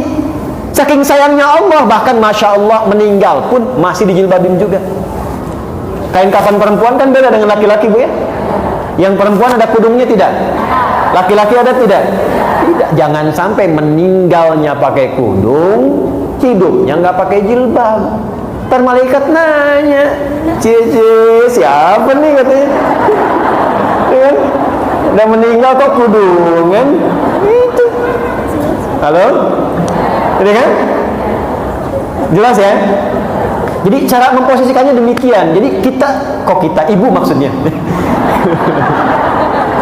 Ibu tata betul tuh, akan tiba masa-masa seperti itu. Sekarang saya tanya, ada nggak pekerjaan yang membuka lowongan kerja untuk perempuan tapi harus lepas jilbab?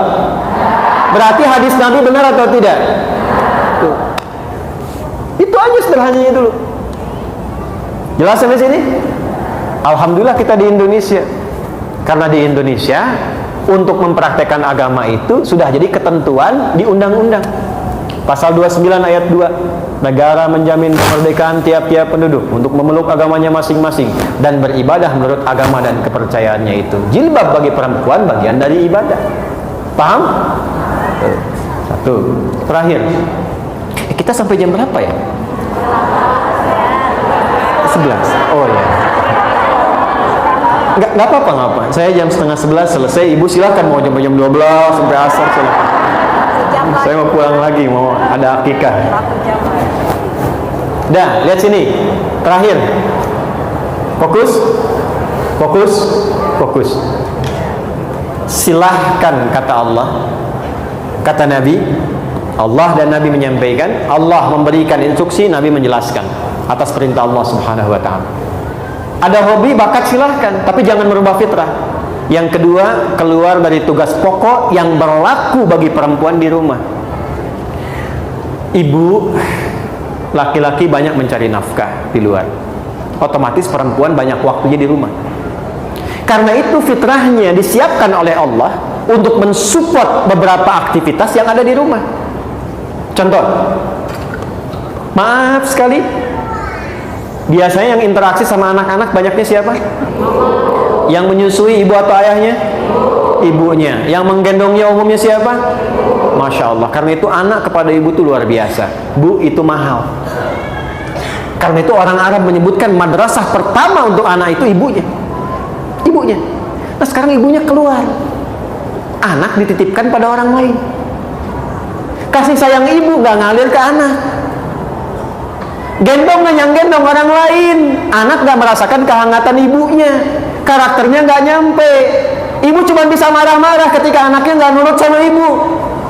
Ibu tanyakan istighfar, tuh anak tuh begitu, kenapa? Apa dosa ibu kepada anak tuh?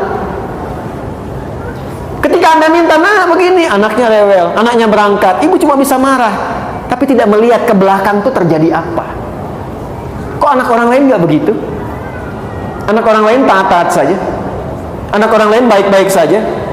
Riset menunjukkan kebanyakan anak yang tawuran, yang narkoba, yang ribut, itu ketika diriset, mereka ternyata mencari perhatian yang tidak didapatkan di rumahnya.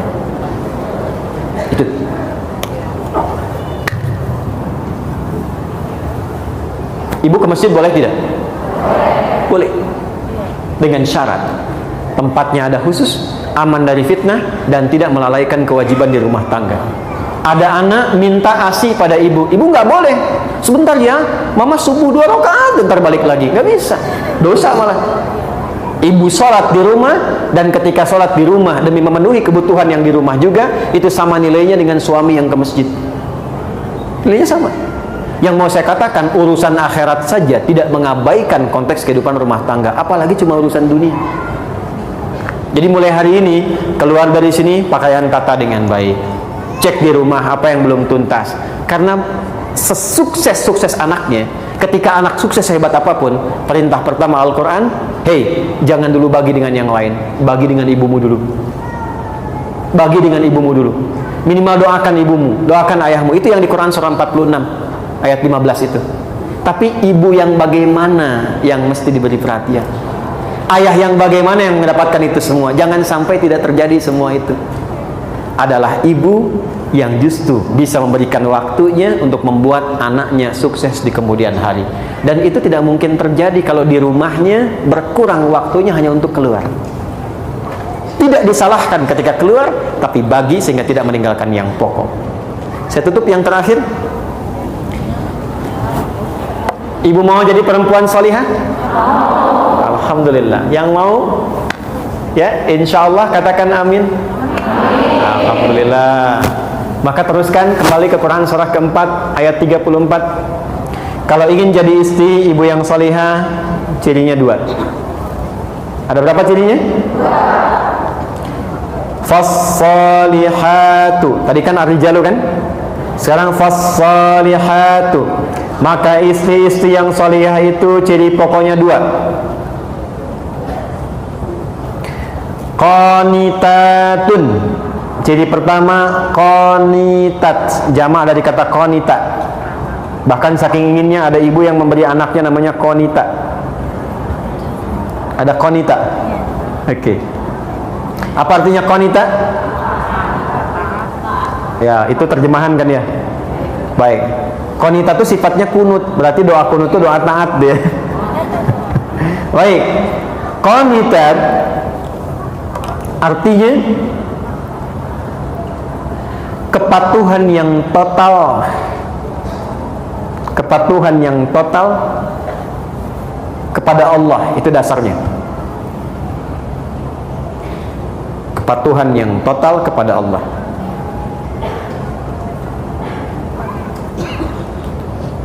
Asalnya itu. Nanti kalau dibawa ke aspek-aspek ibadah atau rumah tangga, maknanya menjadi luas. Contoh, kalau sholat, tanda patuhnya kita kepada Allah itu ditunaikan dengan khusyuk. Nah, khusyuk itu kadang disebut oleh Quran dengan qanitun, jamaknya qanitin, dari kata qanita. Contoh di Quran surah kedua Al-Baqarah ayat 238. Hafidhu 'alas salawati was salatil wusta wa qumu lillahi qanitin. Quran surah kedua Al-Baqarah ayat 238. 238. Posisinya paling kanan sebelah atas di mushaf. Kalau dibawa ke rumah tangga, maksudnya begini. Kepatuhan kepada Allah dengan cara menaati suami sepanjang tidak menyalahi ketentuan Allah. Saya ulang ya, ibu jangan senyum dulu tuh. Kepatuhan kepada Allah dengan cara menaati suami sepanjang tidak menyalahi ketentuan Allah. Awas bu ya. Ini yang pokok untuk perempuan solihah nih, istri solihah. Dan kalau ibu bisa lakukan itu, dijaga sampai meninggal, itu hisabnya Masya Allah, langsung diperintahkan oleh Allah untuk ke surga dari pintu mana saja yang dipilih. Gak cukup dengan amin, kita bacakan dulu hadisnya ya. Lihat sini, perhatikan. Idza shallatil mar'atu salataha. Kalau ada seorang perempuan cuman sholat fardu selama hidupnya, gak pernah sholat sunnah, gak pernah tahajud, gak pernah duha, gak pernah syuruk dan sebagainya. Wasamat samaha, dan hanya puasa wajib saja, Ramadan saja, gak pernah Senin Kamis, gak pernah Ayyamul Bid. Wa ata'at zaujaha, tapi dia patuh pada suaminya, taat dalam rangka mematuhi Allah. Perhatikan, wa hafizat farjaha, dan menjaga diri tidak selingkuh. Qila laha yaumal qiyamati, akan dikatakan kepadanya saat hisab, udkhulil jannata min haitsu syi'ti, langsung aja masuk surga dari pintu manapun yang kau kehendaki. Hadisnya sahih. Rawahu Tirmidzi, hadis riwayat Imam At-Tirmidzi, hadisnya sahih.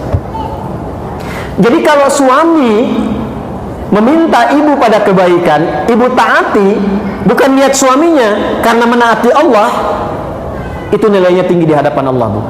Contoh gini, mah pergi pengajian ya, Ustaz Fulan misalnya, bagus tuh, insya Allah ya siap berangkat. Itu kalimat itu nilainya tinggi di hadapan Allah.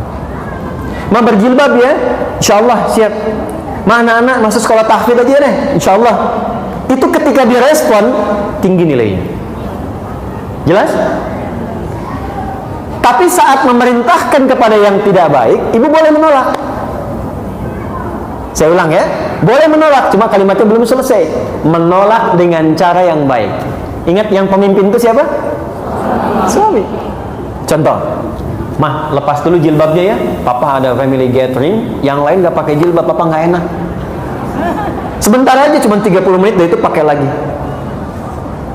Ibu kalau jawabnya, apa? Tahu gak pak? Ini, itu rame itu. Tapi kalau ibu cara masuknya, pak, dulu mama sebelum meninggal, dari kecil sudah melatih aku untuk pakai jilbab. Aku niatkan pakai jilbab ini di antara amalan yang jariahnya insya Allah sampai ke mama, ke papa. Kalau dilepas 30 menit dan di saat itu kemudian aku wafat, meninggal dalam keadaan tidak berjilbab, kira-kira bagaimana di hadapan Allah? Ah ya sudah deh, nggak apa-apa, pakai aja, mungkin jadi dakwah. Ya itu cara masuk yang enak, itu halus. Ya boleh menolak, tapi cari jalan yang terbaik, yang halus. Terus ya? Mas ini, mau tahajud dulu pak, udah temenin papa nonton dulu nih, ini babak kedua nih, rame nih. Bola misalnya kan? Baik, gini aja deh pak, dalam tahajud setelah sholat, mama doakan klubnya papa bisa menang. Ya udah tahajud kan? Tahajud kan? Tiba-tiba kalah kan, mama sih tahajud, iya papa sih diminta menang malah menangis, gitu. Kayaknya, udah, jelas ya? Oke. Jadi satu, taat pada suami sepanjang meminta kepada yang baik-baik. Tapi kalau sepanjang tidak baik, boleh menolak dengan cara yang apa? Baik. Yang kedua yang agak tidak mudah nih, sekarang bisa terjadi. Hafizatun lil ghaibi bima hafizallah. Istri yang salihah, dia mampu menutup, menjaga aib rumah tangga, khususnya suaminya, terutama ketika tidak sedang bersamanya, karena Allah sudah tutupi. Bima hafizallah,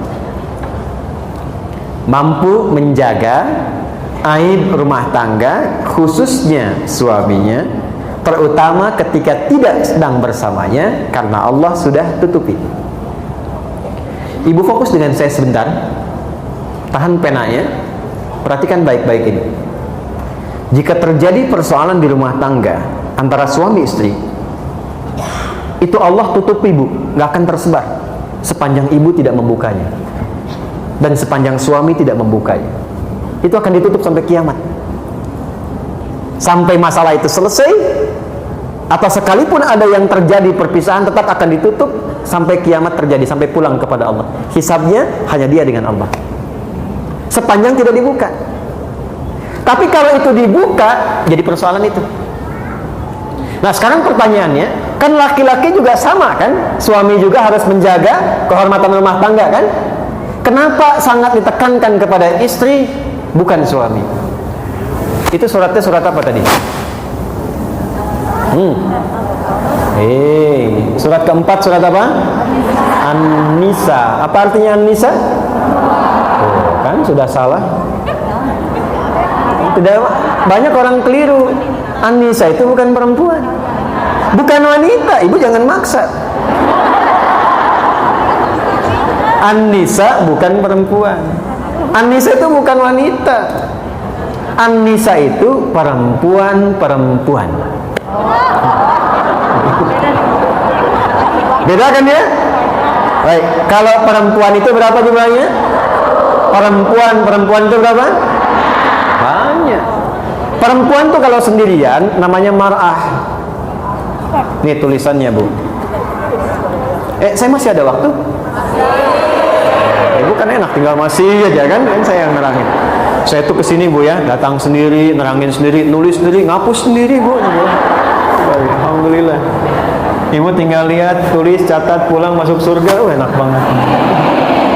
Tinggal amin aja ya. Mar'ah, tulisannya mim, ra, hamzah, ta, marbutah. Ini bisa dibaca mar'ah, bisa dibaca mir'ah. Kalau mir'ah itu cermin. Ya, makanya perempuan sering dekat dengan cermin. Ya, orang Arab bilang al-mar'atu kal mir'ah. Perempuan itu seperti cermin. Makanya kan ibu senang kan cermin, di rumah udah lihat cermin, turun dari mobil lihat spion lagi, masuk masjid lihat kaca nako masjid, ngaca lagi, nggak apa-apa, dicek di tasnya pun ada cerminnya juga, gitu, minimal handphonenya kan, nggak apa-apa, itu fitrah bawaan biasa. Mar'ah itu nanti sifatnya muru'ah. Muru'ah itu sifat yang senang menjaga kehormatan. Makanya perempuan itu senang tampil terhormat, jaga rapi, tertib. Beda kan, Bu, kalau saya laki-laki keluar pakaian agak lecek sedikit biasa, tapi kalau kelihatan istri stop, setrika dulu, rapi dulu. Itu fitrah, perempuan itu biasa. Tapi ingat, perempuan itu seperti cermin. Ibu tahu cermin? Tahu ya?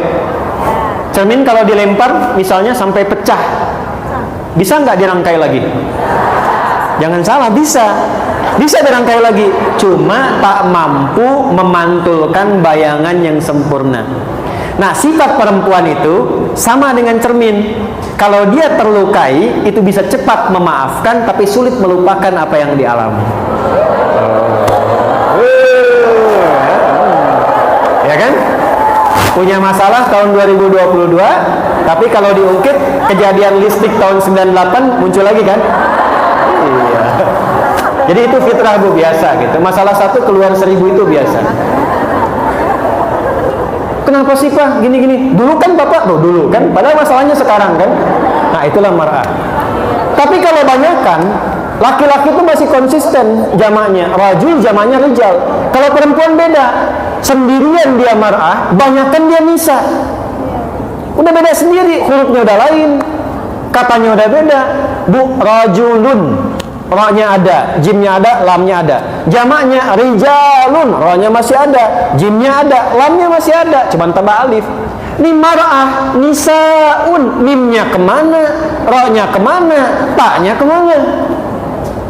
Kenapa jadi nisa? Nisa itu seakar juga dengan kata nasa. Apa itu nasa? Di antaranya adalah sifat yang mudah mengungkapkan apa yang dirasakan. Ini perempuan itu sependiam-pendiamnya sendirian. Kalau ketemu temannya bisa cerita. Saya nggak bilang curhat, cuman bisa cerita. Makanya kata Quran, kenapa ditekankan ke perempuan dengan nama nisa? Kalau sedang kumpul dengan teman-teman, ada masalah apapun dengan suami, jangan dibuka. Memang judulnya pengajian, tapi ketika datang kan beda sapaannya. Assalamualaikum, kece damang, alhamdulillah saya. Kumaha damelan, alhamdulillah lancar. Suami kumaha, di situ masalahnya. Aduh. Kan judulnya pengajian kan, tapi yang dibahas tuh bisa suami. Sekarang itu lebih parah, hadisnya nyata. Belum datang ke pengajian, udah bikin status. Itu baru keluar kamar dan dibikin. Aku tidak mengira engkau tidak seperti yang aku duga.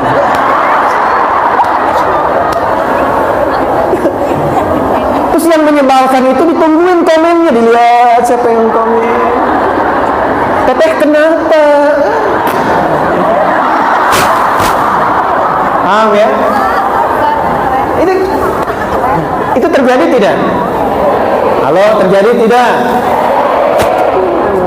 Pakai jilbab aja bikin status. Ceplik, sudah sampai TSM, tinggal menunggu Ustad. Ayo, tuh ayo. Ayo, tuh kan? Hadisnya betul tidak? Qurannya betul tidak? Berarti ibu semua butuh healing. Ya kan? Jelas ya? Itu tuh sederhana Bu, tapi dalam sekali. Dan itu nanti di Ali Imran tuh lebih dalam lagi. Akan membuat kalau itu dipertahankan, boleh kok Bu. Pasang status itu boleh.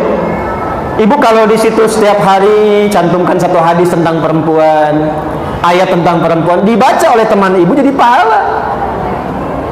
Ya. Tapi kalau TSN mendung langsung bikin status, apa gitu? Itu kata Quran tipikal orang sakit.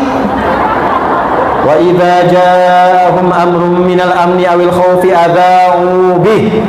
Dan tipikal orang yang kurang sehat itu, yang butuh healing itu, apapun situasi yang dialami, dia langsung broadcast bahasa Quran. Jajan bakso enak, broadcast. Ya, kurang bayar, broadcast. Ini awis bakso di dia ayeuna ceklik di Instagram tuh muncul gitu kan, itu butuh healing semua tuh. Paham ya sampai sini ya? Apa obatnya?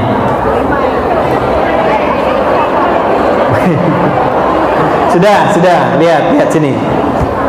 Yang menciptakan kita siapa? Yang tahu tentang kita siapa? Maka healing terbaik kembalilah kepada Allah.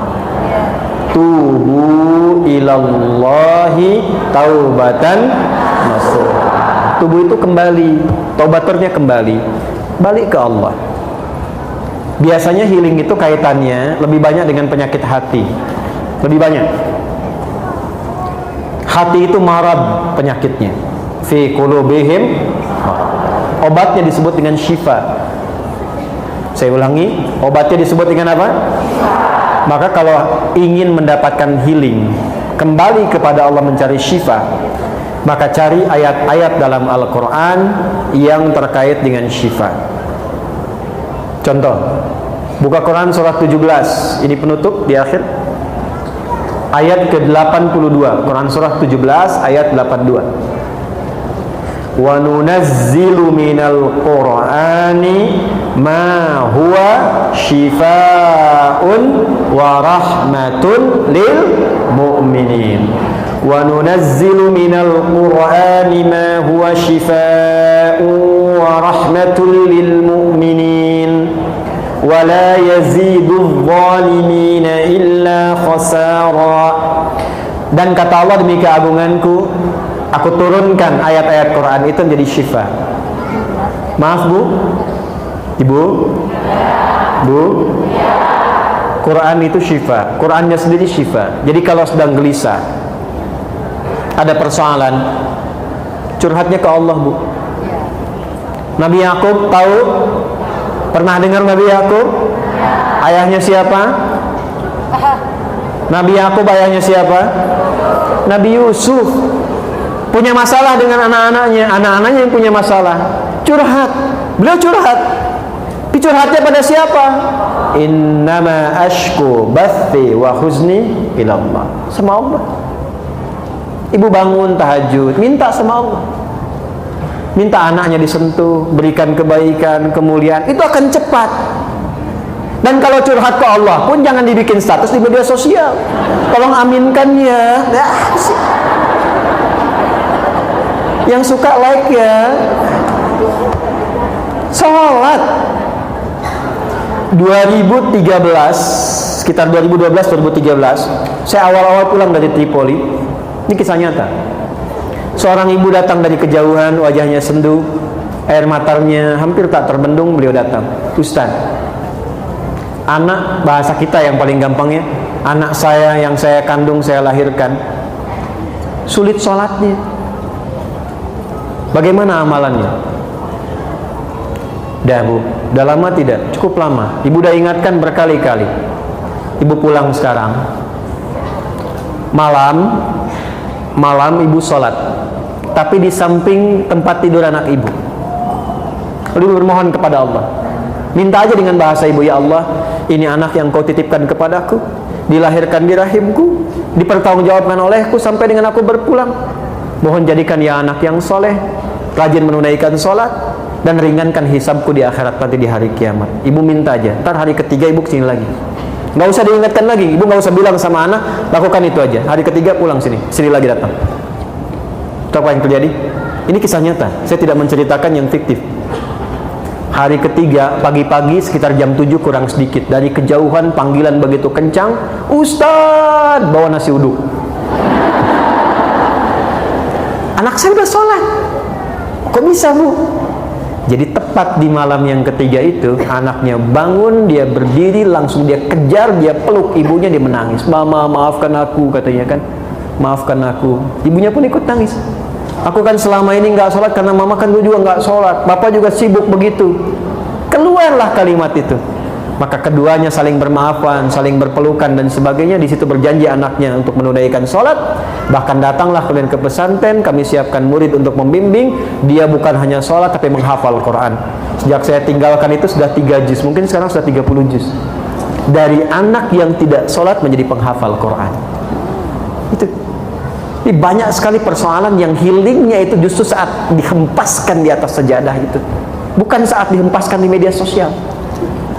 Ya, jadi kalau ibu mau curhat, cari yang solutif, minta kembali kepada Allah. Ibu punya masalah dengan suami, wudu, ambil mushaf, baca Quran. Setidaknya ada ketenangan. Kalau sudah hati tenang, komunikasinya enak. Kadang-kadang nggak pernah tuntas itu karena dibawa dengan kegelisahan. Akhirnya yang muncul ego, yang muncul kehebatan, lupa kalau dua-duanya itu hamba yang akan berpulang kembali pada Allah Subhanahu wa ta'ala. Jadi healingnya gunakan dengan pemilik kita, kembali kepada Allah, bangun konektivitas, dekati Allah Subhanahu wa ta'ala. Kita punya sholat, kita punya Quran, ya, kita punya doa, gunakan semua itu untuk membangun konektivitas kepada Allah. Membangun koneksi disebut dengan zikir namanya. Disebut dengan apa? Maka semua amalan tadi di Quran disebut dengan zikir. Karena itu nanti ada zikir-zikir khusus bu, yang menenangkan hati itu.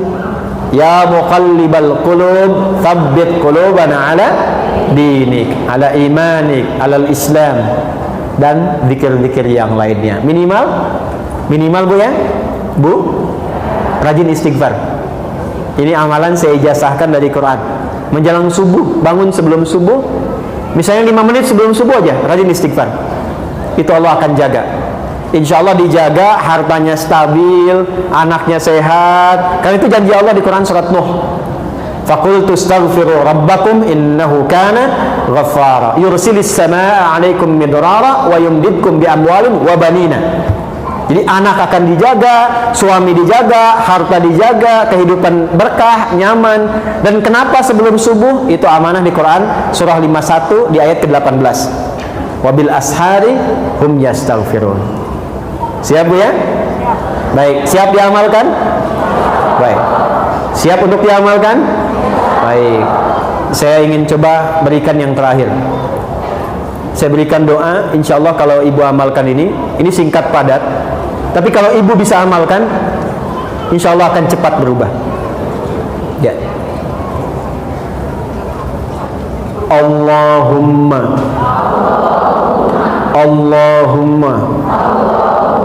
paksain. Ayo catat, ayo rekam, ayo catat, ayo rekam, nggak apa-apa, ayo rekam. Ayo silakan. Allahumma paksain. Ya, mulai sekarang paksa diri sendiri ya. Paksa untuk tahajud, paksa untuk baca Quran.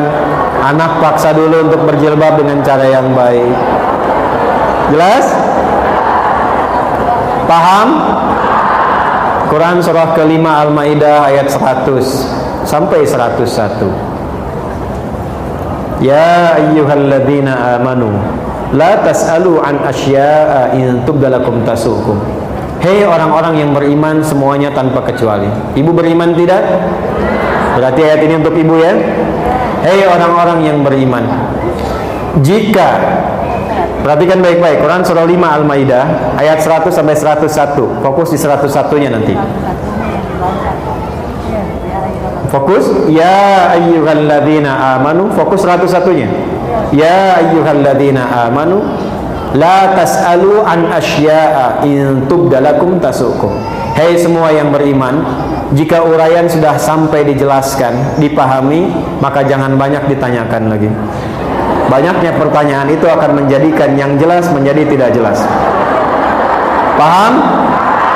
Beriman tidak? Jelas? Ada pertanyaan? Alhamdulillah. Baik. Pertama saya minta maaf dari selama waktu mengajar sampai hari ini tentu banyak salah. Saya akui banyak salah, mohon dimaafkan. Mohon doa agar Allah mengampuni dosa-dosa kami dan keluarga. Kemudian terima kasih atas doa-doa ibu sekalian, bapak juga mungkin ada di luar. Kami dikaruniai anak yang kelima, anak perempuan namanya Amira Rafi'ati Muslimah. Rafi'ah Muslimah itu dua neneknya disatukan, gitu ya. Amira putri kecilku, mudah-mudahan taat kepada Allah dan ditinggikan derajatnya, dan akan akikah. Jadi esok subuh itu saya harus segera kembali, karena pada subuh akan proses akikah. Saya tahnik dan saya ke Bandung lagi untuk pembukaan acara jam 10 besok. Karena itu, apa hubungan dengan taklim hari ini? Maksud saya akan langsung mohon izin untuk bersiap untuk kembali ke Bekasi, dan kita akhiri dengan doa. Mudah-mudahan dengan doa ini healing yang kita harapkan diberikan cepat oleh Allah Subhanahu wa taala. Alhamdulillahi rabbil alamin, arrahmanir rahim, maliki yaumiddin, iyyaka na'budu wa iyyaka nasta'in, ihdinas siratal mustaqim, siratal ladzina an'amta 'alaihim ghairil maghdubi 'alaihim waladdallin. Allahumma salli wa sallim wa barik ala habibikal karim rasulika al-mustafa al-amin sayyidina Muhammadin wa ala alihi wa sahbihi ajma'in. Allahumma rabbana la tada' lana fi maqamina hadha wa fi kulli maqamin dhanban illa ghafartah. Ya Allah, jika di masjid ini atau di sekitarannya ada hambamu yang dilumuri oleh dosa sebesar apapun, jangan biarkan dia pulang sebelum Kau ampuni dosa-dosanya. Wala hamman illa farajtah. Jika ada di antara kami yang tengah merasakan kegelisahan dalam hidupnya, jangan biarkan ia pulang kecuali Engkau telah tenangkan keadaan hati. Wala asiran illa yassartah. Ya Allah, Engkau maha mengetahui. Di antara kami boleh jadi ia datang membawa kesulitan, baik di rumah tangganya, kehidupan sosialnya, pekerjaannya. Dengan keikhlasan ibadah dan niatnya, maka mohon ya Allah, hilangkan, angkat, dan jadikan kesulitannya berubah menjadi kemudahan. Allahumma wala maridan illa syafaitah. Jika ada di antara kami atau kerabat kami, keluarga kami, ya Allah, Engkau uji dengan penyakit seberat apapun, maka mohon angkat dan sembuhkan penyakitnya. Allahumma ya arhamar rahimin, ij'al baqiyata hayatina hayatan thayyibah wa akhir wafatina husnul khatimah. Ya Allah, jadikan sisa hidup kami yang kami akan lalui lebih baik daripada sebelumnya. Kami mengakui banyak berbuat salah, berbuat maksiat. Boleh jadi anak-anak berbuat salah maksiat karena perilaku orang tuanya, maka mohon ampun dosa-dosa kami ya arhamar rahimin. Ya Allah, ya Rabbal Alamin, Allahumma ya arhamar rahimin, jika ada sisa kehidupan bagi kami, jadikan hidup kami lebih baik dari sebelumnya. Dan bila pun kami mesti wafat di hari ini, waktu ini, maka jadikan waktu pulang kami sebagai husnul khatimah. Tawaffana muslimin wa alhaqna bis salihin ma'al ladzina an'amta 'alaihim minan nabiyyin was-siddiqin wasyuhada'i was-salihin wa hasuna ulaika rafiqa. Ya Allah, jadikan teman hidup kami teman-teman yang baik, tetangga kami tetangga yang baik, kerabat kami kerabat yang baik, dan jadikan tempat pulang kami berkumpul bersama orang-orang yang baik dengan Rasulullah sallallahu alaihi wasallam, para nabi, para rasul, orang-orang baik, orang syuhada, orang jujur, orang-orang soleh yang telah Engkau pilih dan berkehidupan di dunia ini. Rabbana alif baina qulubina bittaqwa wa jannibna minat tafraqah. Ya Allah, satukan keislaman kami dengan nilai-nilai takwa, jauhkan kami dari perpecahan. Wahfad baldatana Indonesia waj'alha baldatan thayyibatan wa anta tardaha. Menjadikan negeri kami Indonesia negeri yang adil, makmur, baik. Jaga negeri kami ya Allah, dan jauhkan dari perpecahan. Wahfad ulama'ana waj'alhum mukhlasin, dan mohon jaga ulama kami, para ulama kami, dan jadikan mereka ikhlas dalam dakwah mereka karenamu ya arhamar rahimin. Rabbana atina fid dunya hasanah wa fil akhirati hasanah wa qina adzabannar. Wa sallallahu ala sayyidina Muhammad wa ala alihi wa sahbihi ajma'in. Wa akhiru da'wana subhanakallahumma wa bihamdika nashhadu an la ilaha illa anta nastaghfiruka wa natubu ilaik. Walhamdulillahi rabbil alamin. Terima kasih, mohon maaf. Assalamualaikum warahmatullahi wabarakatuh.